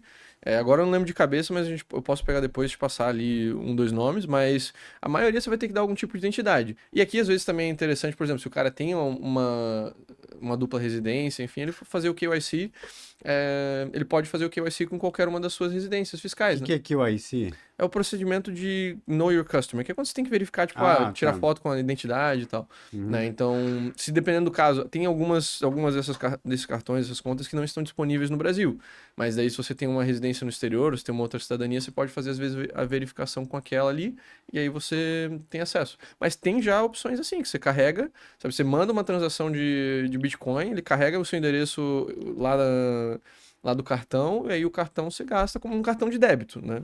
Ah, essa é a parte Eu conheço algumas pessoas que compraram Bitcoin aí quando eu tava, sei lá, 10 vezes mais baixo o valor, não declararam, e daí eles têm lá um valor de 1 milhão em Bitcoin, só que eles não conseguem agora gastar no Brasil. Depois podem gastar lá fora, se tem esses cartões pré-pagos lá fora, que ele pode comprar com cripto. Exato, pode até gastar com um cartão no Brasil, assim, legalmente essa pessoa deveria declarar todas as criptomoedas e pagar os impostos devidos. Dito isso, O compliance da empresa. dito isso, assim, assumindo que a pessoa faça a saída fiscal do Brasil e nunca declarou isso para o Brasil, e o Brasil nunca encontrou, nunca viu nada, tem muitos países que ela vai poder chegar e assim, o país não vai exigir que você mostre que você estava com seu dinheiro totalmente declarado em algum lugar. Por exemplo, Paraguai. No Paraguai você não declara ativos. Ponto. Nem dos ativos que você teve, nem os que você vai ter. Então, se você tem um dinheiro em Bitcoin que você vai gastando lá, né, também não vai declarar. Mas você deveria declarar todas as suas criptos. Acho que Portugal também, né? Você pode. Portugal tem isenção de cripto, mas eles estão para cortar agora também. Eles estão, assim, dificultando as leis de criptomoedas, não está garantido, mas eles têm a isenção do ganho de capital de criptomoedas se você mantém o ativo. Né? Por exemplo, para quem é trader, tributa, mas para quem segura, quem é hodler, né? Tem muitos países europeus que fazem isso. Se você mantém a cripto por 1 ou 2 anos, aí eles entram do ganho de capital. Mas não é nem relativo necessariamente a cripto direto, mas é porque a lei do país é assim, de que se você tem um long-term capital gain, né, um ganho de capital de longo prazo, aí ele é isento. Croácia faz isso também, Alemanha faz isso também, se não me engano, Áustria tem isso também. Mas eu acho que num futuro breve vai aparecer cada vez mais soluções aí para quem tem essas criptos fora do radar, em cold wallets, e quer gastar, porque isso, cara, tá cada vez crescendo mais, né? O pessoal que tem Bitcoin não declarou no seu país e quer gastar de alguma forma. Sim. Vai aparecer soluções nesse Justamente sentido. essas soluções sim KYC acho que estão voltadas para esse público. Mas. Não, e eu, tipo, também os vale. países que são espertos criam soluções para isso, porque daí o cara vai levar a capital para aquele país lá, pô. Sim. Não, e até um ponto, para quem tá com tudo declarado, mas não quer pagar imposto igual, né? Por exemplo, se vê que vai chegar uma bull run aí, a gente já teve casos assim de clientes que, antes de realizar os seus lucros em cripto, fazem a saída fiscal do Brasil, né? Declaram ali faz a sua declaração de saída definitiva, pagam seu último imposto de renda no Brasil, e aí se mudam para um país que não vai tributar cripto, como, por exemplo, Dubai, né? O cara vai lá. Paraguai também serviria, tá? Mas pode ir para Dubai, mora 1 ano, 2 anos em Dubai, realiza todos os seus ganhos isento de imposto e depois volta a morar no Brasil. A saída definitiva não precisa ser algo para a vida toda. Você pode muito bem sair do Brasil, morar 1, 2, 3, 4, 5 anos fora se quiser, fazer o máximo de dinheiro aí isento de imposto, realizar todos os ganhos de capitais que você quer, voltar para o Brasil legalmente, é só entregar uma declaração de imposto de renda no Brasil, que o Brasil já entende que você voltou, e aí investir esse dinheiro que você conseguiu sem imposto. E qual é de Dubai? Eu vi alguma. Você teve em Dubai, Emirados Árabes e A gente tal? gravou alguns conteúdos lá também.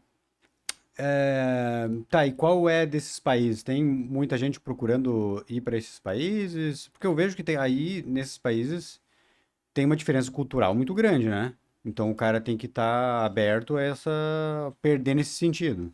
Então, é, tem uma demanda atualmente muito grande de pessoas ricas para ir para os Emirados Árabes, tá? Mundialmente, pessoas ricas do mundo todo. O brasileiro, no geral, eu diria que ele não é tão interessado nos países ali da região.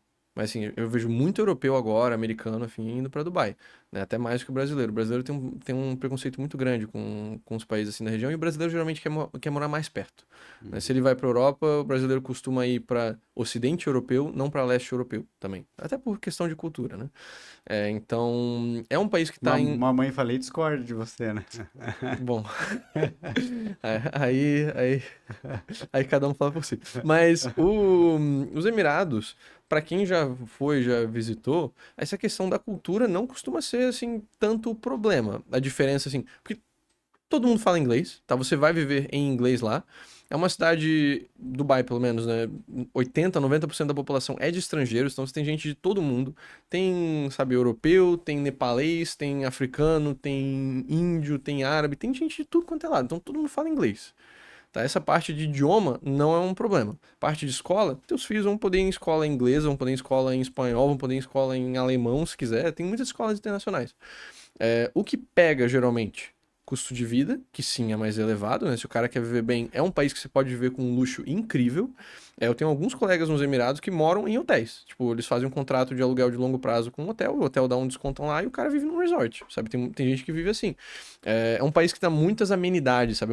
Porque muitos países, tipo, Noruega, sabe? Tu é rico na Noruega, não é normal que você tenha babás e chefes e motoristas, enfim, sabe? É uma cultura mais, tu faz o seu.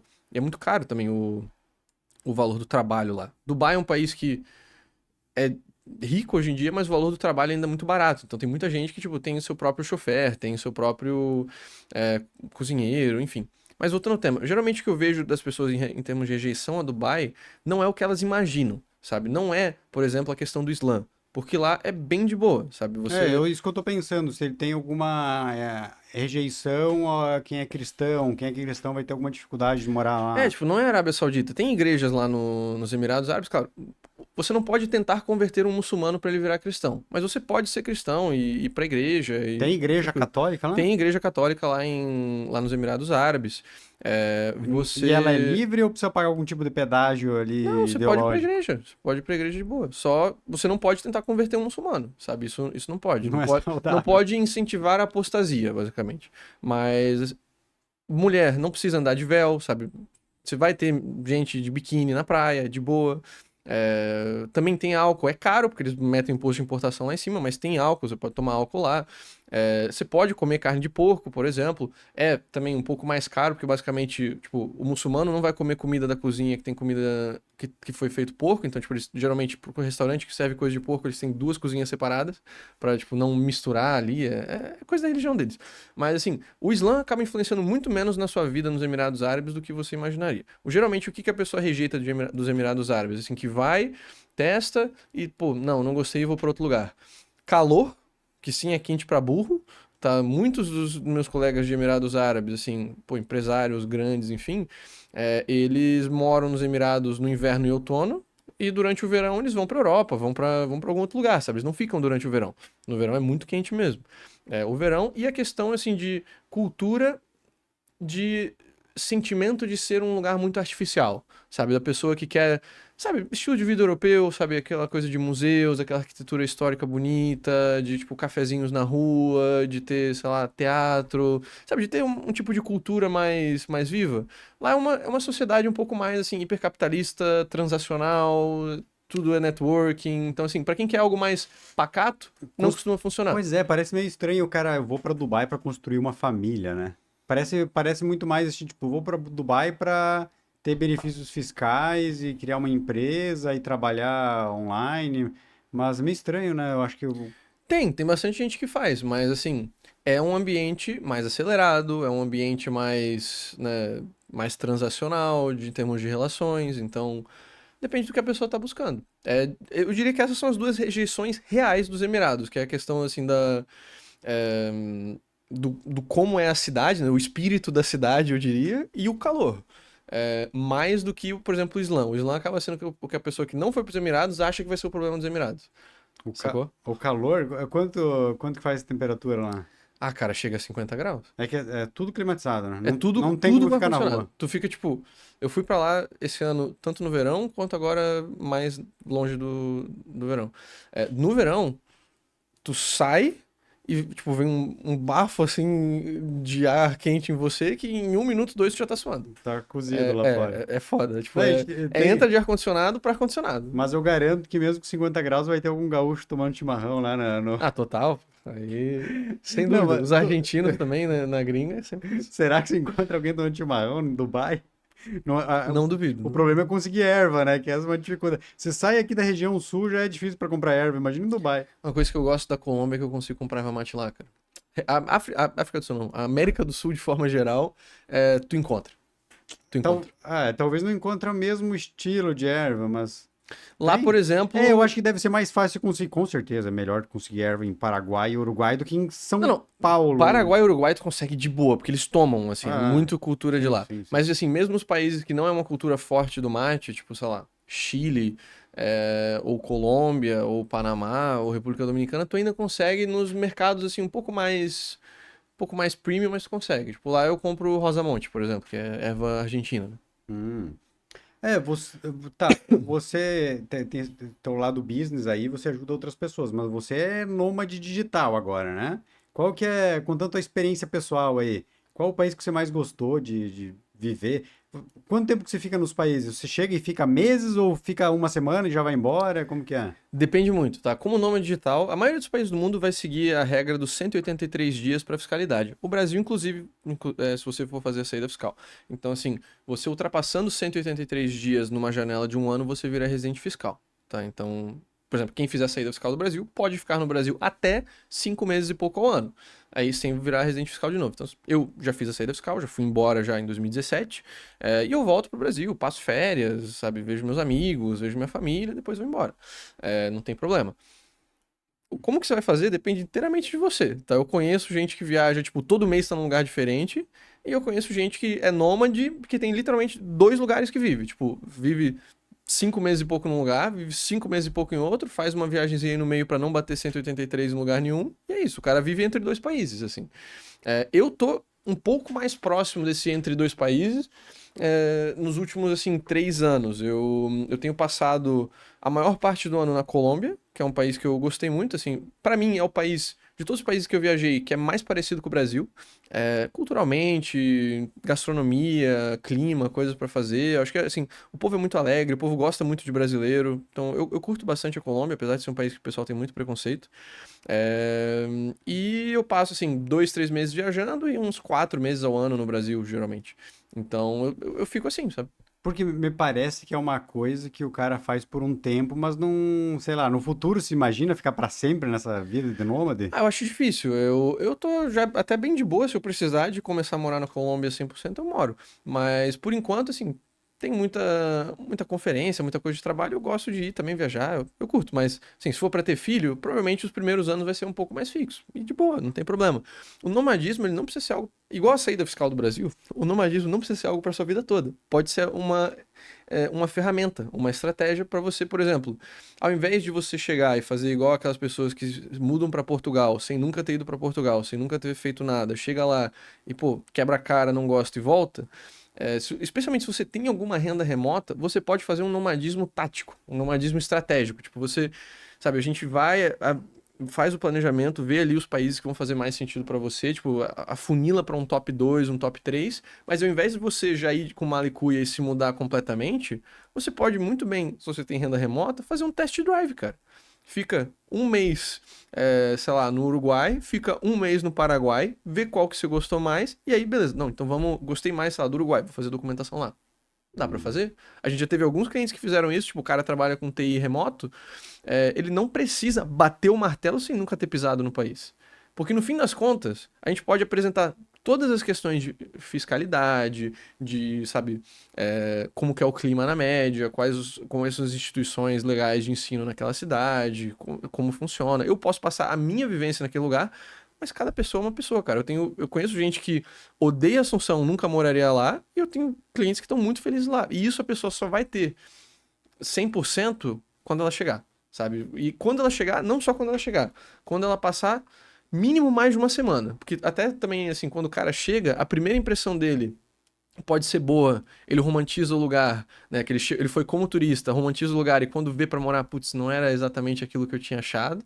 Mas ele também pode ter o contrário. Pode chegar no país, achar uma merda, porque, sabe, o taxista enrolou ele, na fila da migração tava uma fila grande no aeroporto e, sei lá, o caixa do mercado foi grosso com ele no primeiro dia e ele, pô, que país de merda e tal, mas aí, sei lá, se ele fica mais de uma semana, ele fica um mês, ele, não, realmente foi só, sabe, foi uma chegada aí meio atípica, mas o país não é assim. Então, joga para os dois lados, sabe? A pessoa testar um país, eu acho que é uma recomendação muito boa.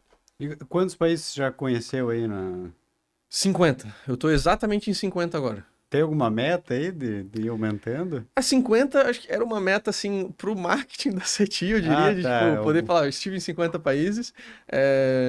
Assim, de conhecer países nesse sentido, não tenho. Tem países que eu quero conhecer para conhecer aquele país, porque, tipo, assim, eu tenho interesse mesmo. Mas, não, assim, se eu nunca chegar a 60, se eu nunca chegar a 100 países, eu tô de boa. Tá, e no YouTube aí tem bastante YouTubers nômades digitais produzindo conteúdo, mas daí eu acho que você procura aí, por causa do teu trabalho, os países que são mais bons de viver e tal, né? Uhum. Procura certa normalidade por causa do teu business. Mas os caras para produzir conteúdo procuram as coisas só bizarra, mulherada, Laos, festa. Vietnã. Não, não, ou até mulherada. E daí os caras têm até o Mamãe Falei, que eu fiz piada antes ali, mas eu vejo muito desses YouTubers falando lá do leste europeu, da Rússia e tal. Tem muitas mulheres bonitas e o pessoal vai lá pra casar. Tem isso mesmo? Você foi pra lá pra verificar? Cara, eu fui pra Rússia já, mas eu fui que eu já tava saindo com uma mina russa. Tipo, eu não fui Olha aí, por ó. causa de... Eu não fui... Putz, o cara tá confirmando Eu não eles fui... agora. Não, eu não fui atrás de mulher, eu fui porque eu estava com uma pessoa que era russa. Tipo, daí eu fui pra Rússia. Mas, assim... Eu não curto essa ideia de, tipo, turismo sexual do cara ir lá, sabe? Na Colômbia tem muito disso, assim, muito gringo que chega lá só pra comprar cocaína barata e pra ficar com as putas colombianas, porque, tipo, as colombianas na média são muito bonitas. Eu acho isso bem zoado. Mas, assim, tem uma comunidade também permanente de pessoas que vão pra esses países que, tipo, vão pelo país mesmo e não só pra, sabe, tacar o zaralho. É, Mas essa galera mais nova vai só pra ir atrás de festa. Depende da pessoa, né? Depende no fim das contas. Tem gente velha que faz isso também, tipo, o cara de 60 anos que ele não consegue nada no país dele e ele vai lá pras Filipinas pra, sabe, arranjar uma filipina pra ele, porque, sabe, como Não, ele tem dinheiro, aí muitas mas vão daí querer ir pra atrás. casar, ele vai formar família. Não, Ou mas, de tudo. não Tá, só, não entendi. só. Mas assim, também não tem nada de errado, eu diria que se o cara vai se mudar pra um país, ele se muda lá, ele acaba, sabe, se apaixonando por alguém lá e casa com alguém lá, pô, parabéns, felicidades. A maioria dos clientes, inclusive, que eu tenho, estrangeiros que vêm morar pro Brasil, geralmente é porque começou a namorar uma brasileira e veio pro Brasil. Ou, tipo, veio pro Brasil, no Brasil encontrou uma brasileira, tipo, vou morar aqui agora. O amor acaba sendo um fator de migração muito forte também. Claro, a mulher que manda, né? Pois. A mulher que manda onde que o cara vai morar.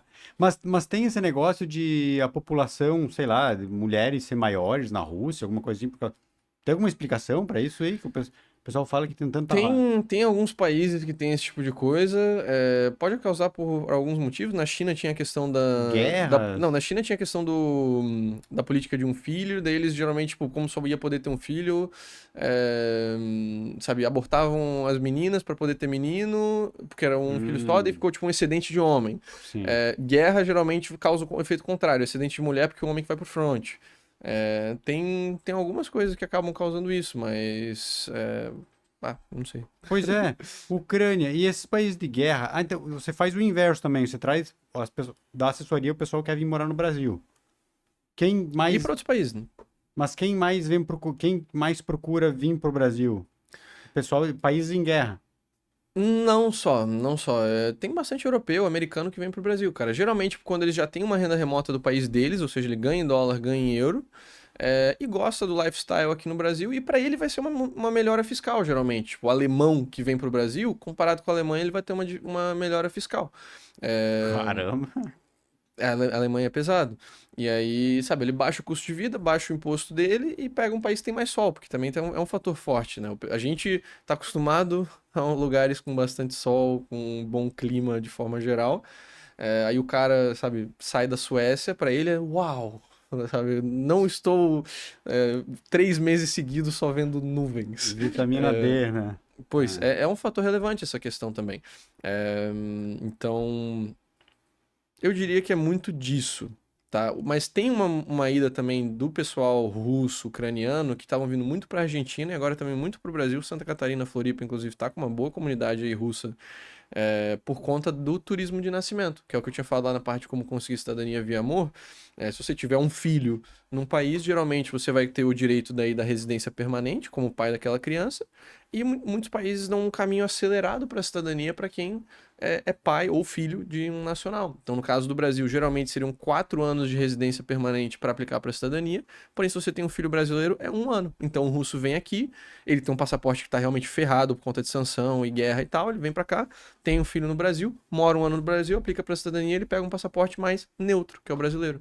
O brasileiro pode fazer isso, por exemplo, no Chile. O Chile leva 5 anos para aplicar para a cidadania geralmente, porém, para quem tem filho no Chile, é só 2 anos. E aí, a cidadania chilena atualmente é a mais forte de toda a América Latina. Eles têm aqueles tratados com os Estados Unidos do Treaty Visa, do E1 e E2, que é para quem quer fazer abertura de empresa e não quer investir tanto quanto um EB5. Eles têm acesso sem visto para os Estados Unidos também, para, né, o ESTA tem para o Canadá. Eles têm aquele Working Holiday Visa com a Austrália, com Nova Zelândia. Então, assim, é um passaporte muito bom. E o brasileiro, se muda para o Chile, ele consegue também esse caminho acelerado se ele for ter um filho. Eu não acompanhei muito essa semana, mas eu acho que agora ele mudou o presidente, Elegeram né? o Cast, elegeram a direita. Que é um cara de direita. Direita conservadora. Você conseguiu, o que deu lá que conseguiram mudar o presidente? Tipo, tava muito ruim, e daí agora... A rejeição estava altíssima do governo Boric. Ele estava com, sei lá, 30% de popularidade. E eles até fizeram algo bem interessante. A última vez que eu fui pro Chile foi agora em setembro, outubro. Eu tava conversando com um amigo meu, chileno. Ele era de direita, né, advogado. E ele falou que os amigos de direita dele tudo foram votar nas primárias de esquerda pela Lara, acho que era o nome dela, que era comunista. Então, tipo, lá eles têm aquela questão das primárias, né? Que você vota dentro do partido, dentro sabe, da esquerda e da direita, quem vai ser o candidato. E o pessoal de direita tudo foi votar na comunista, porque, tipo, se fosse um cara mais centro-esquerda, talvez levasse no segundo turno, mas a comunista, a rejeição era mais alta. Então o pessoal de direita foi votar na comunista na primária, pra a esquerda lançar a comunista pra presidente, pra daí, tipo, no segundo turno eles perderem pra direita. Foi algo arriscado, podia ter ganhado uma comunista, né? Mas enfim. Lá funciona o xadrez 4D, então. Fizeram um xadrez 4D só aí. aqui que não funciona o Pelo xadrez menos 4D. a galera, os amigos que eu conheço lá, eles falaram. Mas, assim, eles tiveram, né, aqueles protestos, aquela destruição lá das manifestações do Chile, eles elegeram a esquerda lá, foram escrever uma nova constituinte que ia zoar o país, ia criar 50 mil direitos, né, esse tipo de coisa. Foi para votação, o povo rejeitou a constituição nova, não foi implementada, e aí, assim, os índices do Chile pioraram praticamente todos durante esse último governo de esquerda, tá? Sabe, segurança, veio muito imigrante ilegal, desemprego, inflação, enfim, tudo piorou. Então, assim, a desaprovação do Boric, que era o candidato de esquerda, tava muito alta, ele tinha, sei lá, 30% de aprovação, sabe, menos de 40% de aprovação, tava muito baixo. E aí a esquerda agora levou Câmara, Senado e presidência. E ganhou a presidência em todos os estados. Tipo, todos os estados ganhou a direita como presidente. A direita? A direita. Eu olhei por cima agora uma notícia e falou que uma das principais questões foi a questão de segurança, né? Eles estão agora para deportar uma porrada de haitiano, venezuelano que veio lá ilegal. Inclusive os venezuelanos... O venezuelano é tipo o cubano, geralmente, que tipo... O venezuelano que fica legal, que fez o processo tudo direito, ele odeia o imigrante legal, sabe? Tipo, o latino nos Estados Unidos que ele, tipo... Pô, eu tive que trabalhar, tive que suar pra fazer o negócio aqui e vocês vêm aqui legal, né? Daí o cubano lá vota, tipo, republicano. Entendi. Não, eu conheço lá na minha cidade, tem os venezuelanos que estão lá pra trabalhar e tem a galera que veio pra incomodar. E daí tipo, os caras odeiam porque acaba queimando eles, né? O que veio pra trabalhar, ele tem um ódio do socialismo, um ódio do chavismo e quer, sabe, tacar fogo nos imigrantes legais. Mas enfim. Mas tipo, mas não só dos regimes políticos e tal, mas a galera que, tipo, chega muito venezuelano só pra fazer festa, ou gangues, chega muito gangues e tal, e daí acaba queimando os caras, né? Total. Tá, mas então... O próximo que, inclusive, vai mudar, maio vai ter eleição lá na Colômbia e o Petro tá com uma desaprovação basicamente igual a do Boric, viu? Tá, tipo, ele tá com 30% de aprovação local. Diferente do Brasil, ele não conseguiu aparelhar a Suprema Corte, não conseguiu o presidente da Câmara. E na última eleição que teve estadual e municipal da Colômbia, que foi ano passado, ele perdeu todas as cidades relevantes da Colômbia, o partido dele, a oposição levou, tipo, tudo, exceto Nariño, que é um estado, tipo, Tocantins da Colômbia, sabe? Mas todos os estados e todas as cidades relevantes agora estão ou na mão do centro ou da direita, mas o Petro perdeu. Tá, mas não foi lá que mataram o principal opositor dele? Teve isso, sim. E tá, a eleição vai ser o ano que vem. E mataram ele fora da eleição, então? Mataram esse ano. Se não me engano, foi um estudante aí também maluco de esquerda que foi meter um tiro na cabeça do Uribe. Mas Horrível. Eu achei que fosse em época de eleição pra estar tão aflorado assim. É só ano que assim. vem, cara. É só ano que vem. E já encontraram algum opositor, algum nome Não, tem relevante? os outros nomes da direita, né? Que era pra ser Uribe, mas vai ter outros nomes de direita lá também. Vai, então provavelmente vai trocar lá também. Tá, mas e voltando pro Chile. Então o Chile... O Chile mesmo com essa má onda deles... Ainda é melhor que o Brasil. Brasil. Em termos de índices, assim, de IDH, renda per capita... O Chile tem a questão... Tudo, ele ainda é melhor que o Brasil. Tem a questão polêmica, né? Que eu acho que a reforma econômica e política do Chile foi implementado pelo Pinochet, que era um ditador, né? Uhum. Então acho que tem essa parte polêmica, beleza, o cara era um ditador, mas daí o cara foi lá e criou uma boa estrutura econômica e tal. Eu achei que no longo termo isso não ia se sustentar, que sei lá, como foi colocado de cima para baixo, a cultura não mudou e acabou a esquerda ia retomar o poder. Por isso que quando eu olhei lá que a Constituição tava para ser mudada, eu falei, pô, tá aí, acabou, né? não deu certo. Mas quer dizer que no final dos contos acabou a população gostando dessa liberdade econômica e tal. Pois, né? No fim das contas, o Chile, se você pega praticamente todos os índices da América Latina, eles estão lá no topo, né, cara? índice de renda per capita, de IDH, né? Eles têm das melhores universidades do continente, eles têm hospitais também, se eu não me engano, acho que é a clínica alemã, que tá, tipo, como o melhor hospital da América Latina, sabe? Eles prosperaram muito por conta disso, né? Eles têm a renda per capita também, se não me engano, tá 50%, 40% mais elevada que a nossa, então é, deu certo. Obviamente, como todos os países têm seus problemas, né? Não é um país perfeito, mas conseguiram, assim, e a própria ditadura lá, né, caiu pacificamente, né? Foi uma transição tranquila, porque também eles implementaram várias dessas reformas de livre mercado que meio que direcionam para uma sociedade um pouco mais aberta, né? Uhum. Mas a grande questão era se haveria uma direita de bases, né? Se haveria essa parte assim cultural, e acho que eles acabaram tendo um momento aí de que a esquerda tomou o poder, mas o povo chileno ficou, putz, não é isso que a gente quer, né?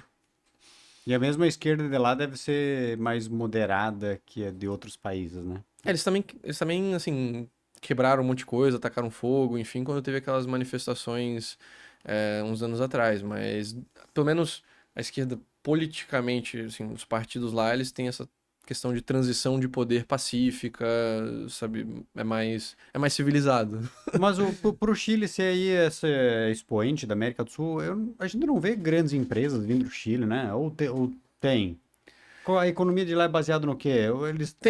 Tem algumas, assim, eles têm muita questão de minérios, né, de lítio, de cobre, esse tipo de coisa. Eles têm parte agricultural, eles têm uma parte ali perto de Santiago, ao redor de Santiago, eles têm um clima mediterrâneo, que deles conseguem parte da agricultura por exemplo, né, tem os vinhos lá muito bons, sabe, produz bastante na parte do agro.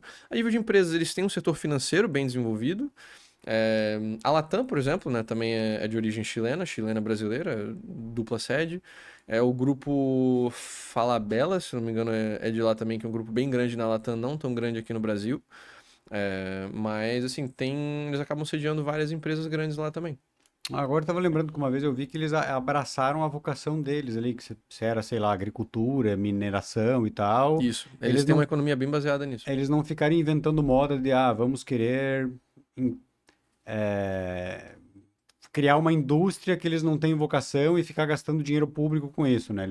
Beleza, somos bons nisso, vamos abraçar isso e vamos pra frente. E daí importam os negócios que eles não são bons, né? Exato. É Foi, tipo, sei lá, Nova Zelândia, que também é bem nessa vibe. né? Nova Zelândia. Tem gente que vai pra Nova Zelândia? Tem um brasileiro que gosta de Austrália e Nova Zelândia, né? Mas é bem longe e por isso acaba não sendo a primeira opção de muita gente. Mas eram opções que muita gente acaba pegando por ser país de língua inglesa de alta renda, né? O brasileiro ele tem a preferência, geralmente, não só o brasileiro, o mundo todo prefere ir para um país que, sei lá, você consegue um trabalho em inglês do que ter que aprender alemão, ter que aprender francês, ter que aprender, sabe, árabe, ou idiomas mais difíceis. Por isso que acaba que todos esses países têm imigração lotada, né? Estados Unidos, Canadá, Reino Unido, Irlanda, Austrália, Nova Zelândia, todos os países desenvolvidos de língua inglesa, né, anglos, digamos, têm uma demanda muito alta. Mesmo quando eles são para infernos fiscais, eles acabam atraindo muita gente. Tipo, Austrália e Canadá foram receptores líquidos de milionários, né? Ou seja, receberam mais milionários do que perderam. Eles perderam muitos milionários locais, fugindo do imposto alto, né? Que são países com imposto muito alto, mas eles ainda recebem muito milionário indiano, chinês, enfim, que está fugindo desses países, do autoritarismo de lá, que é uma sociedade mais, né, mais desenvolvida, mais liberal, né? Entendi. E o ano que vem vai ter eleição aí, como que você tá se planejando, né? Estamos contratando, né? Do nosso lado, a gente tá expandindo a empresa, assim. Esse ano foi o nosso melhor ano até agora. E pro ano que vem ainda é uma incógnita, vamos ver como é que vai ficar. De qualquer maneira, a gente está atendendo hoje em dia também muitos clientes internacionais também, assim, então a gente não depende só de Brasil, mas a expectativa é que não é opinião seti, tal. Minha opinião pessoal, eu não acho que vai mudar muita coisa. Eu não acho que vai ter assim, um outsider, uma grande ruptura que entre e mude o sistema. Acho que vai provavelmente ficar esse conluio centrão-esquerda. No máximo melhore um pouco para centrão, centro-direita. mas eu não estou otimista com o Brasil, assim, eu estou otimista com a América Latina. Eu acho que vão ter muitas oportunidades boas no nosso continente. Eu acho que tem vários países que estão, assim, numa posição que nunca estiveram antes. Tipo, Bolívia agora, eu acho que vai crescer pra caramba. Eu acho que tem uma possibilidade real de pro ano que vem já cair o regime da Venezuela. E ali vai ser um país que eu tenho muito interesse de tanto ir fisicamente, assim, investir, ajudar na reconstrução e me beneficiar disso. Mas eu acho que o Brasil, ele tá numa situação de captura institucional muito mais forte do que vários dos nossos vizinhos. E é algo difícil de escapar. É que eu acho que o teu cliente, ele não é um cliente que da noite pro dia, né, você vai fazer uma venda. Eu vejo que você faz muitos eventos aí, vai para Porto Alegre. Conheci você lá em Porto Alegre, você estava fazendo Sim, algum workshop lá, ou não, um happy hour, alguma coisa assim, foi um né? happy hour. Eu acho que você deve, tipo, o cara te conhece hoje, vai conversando, vai entendendo o que que é e tal, para você ver, e vai conquistando ele com o tempo, né? Com Então, o certeza. cara que vai se mudar o ano que vem, provavelmente é um cara que já está em 2 anos pesquisando, entendendo e estudando a língua. Pois é, até que tipo de recomendação que você faz em questão de língua? Deve ter as pessoas que têm tem países que têm uma barreira linguística muito forte, né? Sei lá, para a Alemanha não tem como o cara se mudar. Qual o país que o... Tem, mas aí o cara tem que se mudar, tipo, pra Berlim, pra capital, que é onde você vai ter um nível de inglês mais elevado, né? Então, assim, por exemplo, você não precisa saber tcheco pra morar na República Tcheca se você morar em Praga. Na capital lá, todo mundo fala inglês, é bem de boa. Eu tenho alguns amigos que moram em Praga que eles não falam tcheco e eles têm um ótimo estilo de vida, uma ótima qualidade de vida, porque a República Tcheca é um país sensacional. Mas, se a pessoa trabalha, sei lá, com alguma coisa que ela teria que estar ali no chão, atendendo a pessoa, o tcheco local, daí ela deveria realmente aprender tcheco se ela for pra República Tcheca. Mas assim, Ah, mas é um saco o cara sair na rua e não poder se comunicar ali, não não poder consegue, pô. criar Tu consegue, tu amigos. fala inglês, o pessoal lá tá acostumado a falar inglês. Na Europa é muito mais. A Europa é muito mais internacionalizada que o Brasil, assim. Na maioria dos lugares que você vai no Brasil é só brasileiro. Mas tem muitos outros ambientes na Europa que você vai e tá, tem um alemão ali também, tem um tcheco, tem um polonês, sabe? É, é muito mais misturado. Então, dá pra viver legal em vários países da Europa, assim, só com inglês. Tá? Dito isso, se você quer se integrar a longo prazo, aprende o idioma. Mas não vai ser uma coisa que você vai chegar e você vai ter que ficar na base da mímica. Ou só no Google Tradutor. Não vai, porque você vai conseguir falar inglês e a pessoa vai conseguir te responder em inglês para a maioria das cidades grandes, capitais. Se você for para interior, é outra história. Então eu diria primeiro, inglês, com certeza. Mesmo para países que não são de língua oficial inglesa, o inglês vai ser super importante. Depois disso, eu diria. Espanhol tá valendo a pena, né? Muitos países de língua espanhola estão melhorando, tá? A gente tá com uma onda de direita bem legal agora na América Latina. Acho que dá para considerar aí o espanhol para potencialmente se mudar depois para Paraguai, Uruguai, Argentina, Chile, não sei. Eu tô aprendendo a falar espanhol agora porque acho ridículo. Todo brasileiro acha que sabe falar espanhol, né? Só que daí vai. Não sabe. Não O sabe. portunhol não é Daí espanhol, fala né? aquele espanhol ridículo, né? Eu tô tentando, estudando em espanhol pra falar aquele espanhol bonito, né? Sim, faz uma diferença bastante. Igual o argentino que chega falando tudo no inho, né? Tipo, chega tentando falar português, o Ah, portunhol deles, que daí eles falam com um sotaque engraçado. Enfim, eu acho que o espanhol tá valendo bastante a pena e, assim, tem muitas opções dentro do idioma espanhol, que eu acho que isso é uma coisa legal. Fora isso, aí depende do que você está buscando fazer. Por exemplo, eu não acho que você tem que aprender árabe para se mudar para Dubai. Você pode se mudar para Dubai tranquilo só no inglês, tá? Eu diria que se você quer aprender árabe porque você quer, sei lá, fazer negócios no Oriente Médio, alguma coisa assim, mas não precisa para morar em Dubai. É, Se você tem interesse em, sei lá, leste europeu, eu acho que o alemão e o russo valem muito a pena, porque lá você tem muitos falantes de ambos os idiomas, tá? Tanto porque muita gente vai trabalhar na Alemanha e volta, ou tem vínculos na Alemanha, quanto também por conta do histórico. Então, russo e alemão valem a pena não só nos países dessa língua, tipo, você não precisa. é, não vai ser só para usar na Alemanha. Eu uhum. usei meu alemão várias vezes na Hungria, eu usei ele várias vezes na Bulgária, eu usei ele várias vezes na Croácia. São países que tem muita gente que fala alemão, por exemplo. Na Argentina. Lá não usei. Lá eu usei espanhol.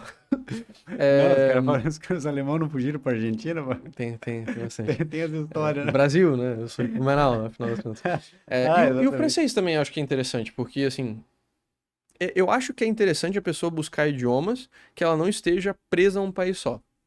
Sabe? Se o cara vai aprender italiano, é basicamente só Itália. Né? Ele pode Uhum. usar um pouco ainda, talvez, Croácia e Albânia, que os caras trabalham muito na Itália, daí também tem essa questão de eles saberem um pouco mais o idioma italiano. Mas o francês, o cara tem a França, mas o cara também tem Luxemburgo, ele também tem a Bélgica, né? Ele também tem Mônaco, também tem a parte francesa da Suíça. Apesar de que também tem a parte italiana da Suíça, então, bom. É engraçado a Flórida, né? Eu tenho pessoal que mora lá. Um dia eu peguei um Uber lá e eu tentando conversar em inglês. Pô, a gente vai pra lá, a gente quer gastar nosso inglês, né? Quer aproveitar ali pra ir nos lugares diferentes. Eu fiquei conversando com o Uber assim, ele não respondia, não respondia. Eu falei, cara, antipático. Daí quando eu falei alguma coisa em português, acho que não sei, no celular e tal, daí ele começou a falar em espanhol. Falou que ele mora lá há 4 anos e não sabe falar inglês. E na Flórida é assim, né? Tipo, em Miami, o pessoal South Florida é assim, tipo... brasileiro, cubano, argentino e ninguém fala inglês lá. Sim, é principalmente a região ali sul da Flórida, né? Então Miami, Boca Raton, assim, a região metropolitana de Miami é muito isso, assim. Você já chega mais pro norte da Flórida, tá, mais pra Tampa, Orlando, daí já normaliza um pouco mais no inglês. Mas, sim, você não precisa falar inglês pra morar em Miami, por exemplo. Dá pra Nossa, morar tranquilo. eu só fiquei no muito espanhol. frustrado porque quando a gente viaja pouco, a hora que a gente quer viajar, a gente quer ver um lugar diferente, né? Você chega lá, tem mais brasileiro do que aqui. Parece que tá indo pro Paraguai, né, mano? É muito, cara, é muito. Mas, assim, essa é uma cidade também verdadeiramente cosmopolita, cara, porque é muito legal tu, sabe, vai pra um lado e é um cubano, vai pro outro lado é um mexicano, vai pro outro lado é um nicaragüense, vai pro outro lado, assim, é todo mundo falando espanhol, mas ao mesmo tempo é meio que a capital da América Latina ali. Miami, eu acho que não tá num país latino, mas eu acho que é a capital da América Latina. Inclusive, se você pegar, é, Miami é a cidade que tem mais voos pra tudo quanto é cidade da Latam. Tipo, praticamente toda a capital latino-americana tem um voo pra Miami. E todo mundo que fugiu de algum país socialista, né? Pois. Por isso que eles sempre votam governador de direita e tá virando, tipo, um dos melhores estados dos Estados É um Unidos, dos que né? mais cresce, né, a Flórida. É, a galera que tá indo. Apesar da sua geografia ruim, porque é um lugar que recebe furacão, é um lugar que tem muito pântano, enfim, a princípio não é uma geografia muito boa, mas ganharam justamente por conta do capital humano, né? Você vê como o termo, a questão política influencia muito no desenvolvimento de um país, né? Tinha aquela teoria lá, não, recursos naturais. Na verdade, recursos naturais acabam se tornando uma maldição, né, para o país, que daí parece que é mais fácil, mas daí não se desenvolve por causa disso. Recursos sem instituições para gerir é uma maldição. Tendo as instituições para gerir, tipo Noruega, maravilha. Mas é isso mesmo, assim. Eu, por ter visitado muitos países, eu acabo tendo essa noção de, por exemplo, Cabo Verde e São Tomé. São dois países africanos de língua portuguesa. Eu já estive nos dois. Já passei 2 meses em Cabo Verde e 1 mês e pouco em São Tomé. Muito legal, inclusive, assim, não são países, sabe, super ricos e tal, mas eles falam português, eles gostam muito de brasileiro, tu encontra um monte de fruta brasileira lá, é bem legal. Eles assistem novela, tipo, da Globo, enfim. Por causa da língua. Justamente, tipo, eles consomem, é engraçado. Enfim, São Tomé é uma ilha de origem vulcânica, que o solo é incrivelmente fértil. Tipo, a ilha inteira é super verde, tu caminha pra qualquer lugar, sabe? Tem frutas, assim, lindas, incríveis de tudo quanto é tipo. E é um dos países mais pobres e fudidos da África. E eles têm petróleo também. Eles têm na água deles lá, eles têm petróleo, que eles recebem dividendos lá da Nigéria, que a exploração é feita, se não me engano, pela Nigéria. Enfim, é um país fudido, que do caminho do aeroporto até a cidade tem buraco na rua, tem lixo, eles têm apagões frequentes, sabe, tem muitos problemas. Eu adoro São Tomé, eu tenho vários amigos são-tomenses, inclusive um abraço pros meus amigos de São Tomé. Mas, assim, dos países da África, é um dos mais pobres e tá mais ferrado. Já Cabo Verde é uma situação meio que contrária. Cabo Verde é um assim, São Tomé e Príncipe são 2 ilhas, então é menos problema logístico. Cabo Verde são, tipo, 9 ilhas. É um arquipélago, tem 500 mil habitantes, e a maioria é desértico, assim, não cresce quase nada a maior parte do ano, assim, é deserto super seco. Eles têm uma estação ali de chuva que daí enverdece o país, mas, assim, agriculturalmente é horrível, eles não têm quase nada de recursos naturais. Mas, se tu pega, tipo, praticamente todos os índices de África, Cabo Verde tá com melhores instituições, maior nível de democracia, maior IDH, melhor renda.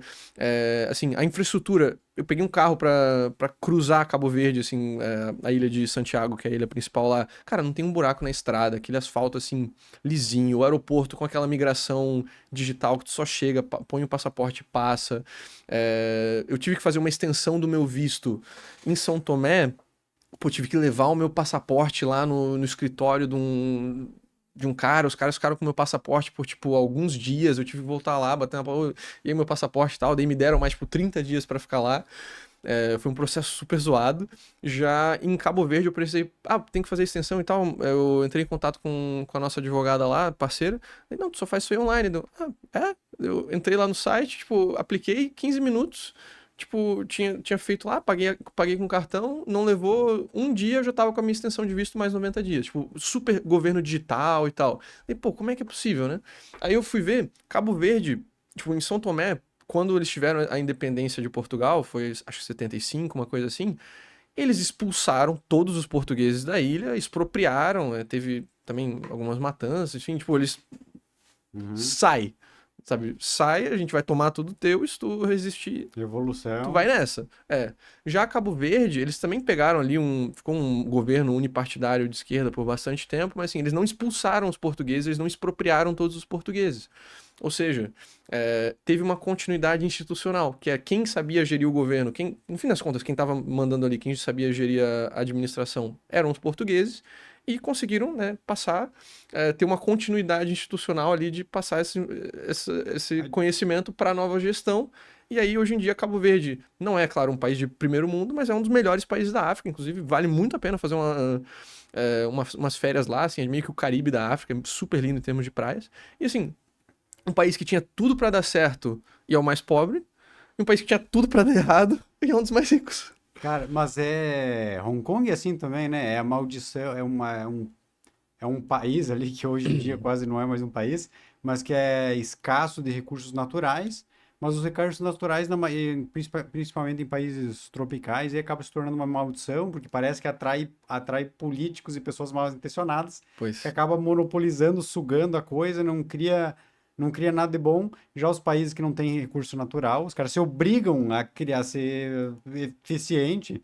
Então, Hong Kong também, uma ilha lá rochosa. O Roberto Campos falava isso, né?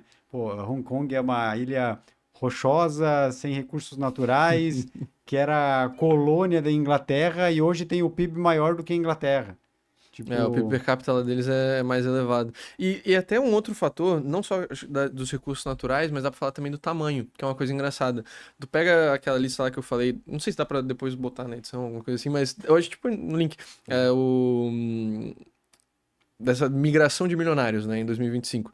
Se tu pega os países que mais emigraram, mais exportaram milionários, são principalmente países grandes e continentais. Países que têm população muito grande. China, Índia, Rússia, Brasil, Nigéria, que é o maior da África, Egito também, que tem uma população de 100 milhões de habitantes, Indonésia, enfim, são países que exportam milionários.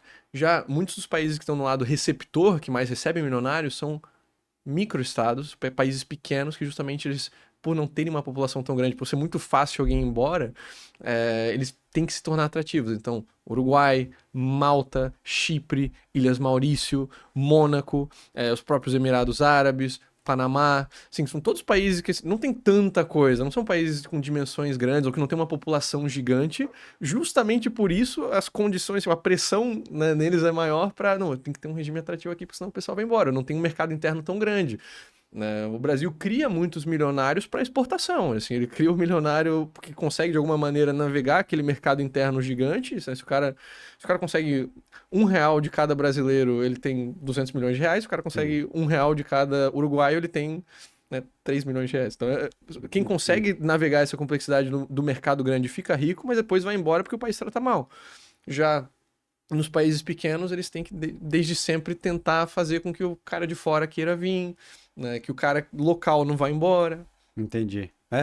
E tem uma correlação muito grande com o índice de liberdade econômica, né? Muitas pessoas ainda não conhecem, tem o ranking de liberdade econômica, você pega os países ali, são os que estão no ranking, no topo da lista, são os países que têm melhor índice de desenvolvimento, blá, blá, blá, blá, melhor em vários quesitos. e daí você pega o índice de liberdade econômica ali e você vê que bate, né? Bate, é uma correlação que o pessoal não presta atenção, pô, tem que ter liberdade econômica para o negócio crescer.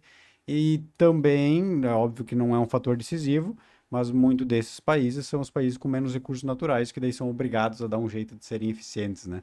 E Justamente. países menores também, nunca tinha parado para pensar nesse sentido. O índice de liberdade econômica, né, da Heritage Foundation, eu acho que ele, assim, você tem uma correlação muito forte dos países que estão lá no very free, tipo, os top 10, que são países massa que você quer morar, e tem uma correlação muito forte dos países que estão lá na parte de baixo, que estão em vermelho, que você não quer morar naqueles países. Mas eu acho que ele acaba, não, assim, necessariamente pecando, mas pecando um pouco, assim, na falta de nuance no meio. Que, assim, às vezes a pessoa acaba tendo impressão errada por conta só de bater o olho e achou que era aquilo, porque ele acaba incluindo muitas coisas ali, assim. Por exemplo, na questão de impostos, né, que a gente fala bastante. Se você pega o índice de liberdade econômica, a Alemanha está em verde claro, tipo, não é super livre, mas mais livre, enquanto o Panamá está em amarelo, que é, tipo, moderadamente livre. Isso pode ser por algumas questões também de, tipo, sabe, império da lei ou algumas outras coisas assim. Mas para o brasileiro que está se mudando, que está usando aquilo ali como uma correlação para países que eu quero mudar, para praticamente todo brasileiro, o Panamá vai significar, pô, vou ter completa isenção da minha renda estrangeira. Para a Alemanha, eu vou, tipo, dobrar minha carga tributária. Então, a nível individual, quando a gente tá vendo esse índice de liberdade econômica, pode significar que um país que está no amarelo é mais interessante que o país que está no verde, sabe? Porque tem que ver justamente a nuance, sabe? Às vezes o país, para uma grande corporação, é uma estabilidade melhor, uma liberdade econômica melhor para ele atuar. Para o cara que é MEI, pode ser melhor um país ali que está no amarelo. Então, só diria assim, não... Para migração não pode se não tome como basear. um critério objetivo de, pô, eu só vou para os países que estão em verde, uma coisa assim. Entendi, é mais para análises econômicas, quem sabe Isso, políticas e tal. Entendi. exato. Até para a gente ir encaminhando para o final, como que o pessoal te encontra? O que que você está produzindo? O que que a tua empresa aí está planejando aí pro próximo ano? Instagram, YouTube, como que é? Maravilha. Então, quem quiser entrar em contato com a SETI pode conferir nas nossas redes sociais, @SETIIO, SETTEEIO. A gente tá no Insta, tá no TikTok, tá no YouTube, enfim. A gente tem, assim, o maior acervo de conteúdo gratuito sobre teoria das bandeiras do Brasil. A gente tem mais de 400 artigos publicados no nosso site com, sabe, como pegar residência, com a parte fiscal, saída definitiva, enfim, em, cara, muitos países. A gente tem mais de 100 podcasts gravados, também entrevistando brasileiros morando em tudo quanto é lugar, e advogados e contadores, enfim. A gente tem um canal no YouTube que a gente publica conteúdo também toda semana. Temos alguns e-books gratuitos. Então, assim, para quem quer aprender, quem quer realmente começar a pesquisar, cara, confere o nosso material gratuito. A gente tem muita, muita coisa para você já ir se educando sobre esse tema de internacionalização. E se você quiser, ajuda nossa para justamente planejar, ver quais seriam as jurisdições que vão funcionar para você, fazer esse seu planejamento de cidadanias, residências, empresas, contas bancárias, como que vai melhor se encaixar as opções que temos a nível global.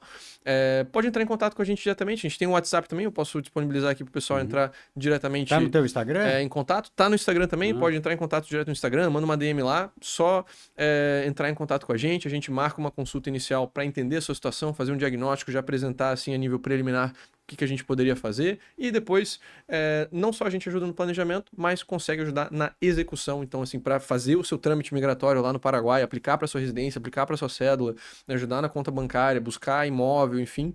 Se a gente não faz, a gente tem colegas, parceiros de confiança já de anos que a gente indica que façam. Então, assim, pode mandar uma mensagem pra gente sem nenhum compromisso que a gente vai poder Até vocês ajudam a encontrar emprego em outros países, né? Que vocês já têm então, a gente tem justamente algumas parcerias nesse lado, tanto pro pessoal de TI, por exemplo, que quer conseguir um emprego na gringa, a gente tem uma parceria pro pessoal de medicina para conseguir tanto revalidação quanto trabalho na Europa, e também algumas, assim, para outras áreas também, se o cara quer começar a ter um primeiro trabalho remoto, se o cara quer conseguir um emprego na Europa, a gente tem algumas parcerias assim também.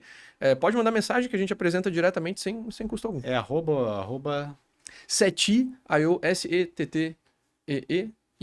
Ou só busca SETI no YouTube, no Instagram, que você vai encontrar também. Eu vi que tem um conteúdo bem... Vocês estão gastando uma grana lá, hein? Estão profissionalizando, né, cara?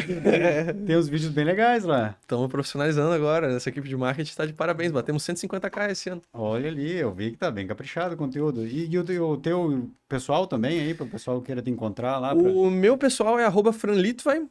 Eu posto principalmente coisa de viagem, tá? Então, assim, a parte de conteúdo de teoria das bandeiras tá mais no institucional, mas se quiser seguir lá também, @franlitvai, postando aí meus Não, é legal. Desventuras pelo mundo. É interessante ver onde que o cara tá ali, posta os negócios. Agora, tava gravando um vídeo aqui em Balneário, não tava?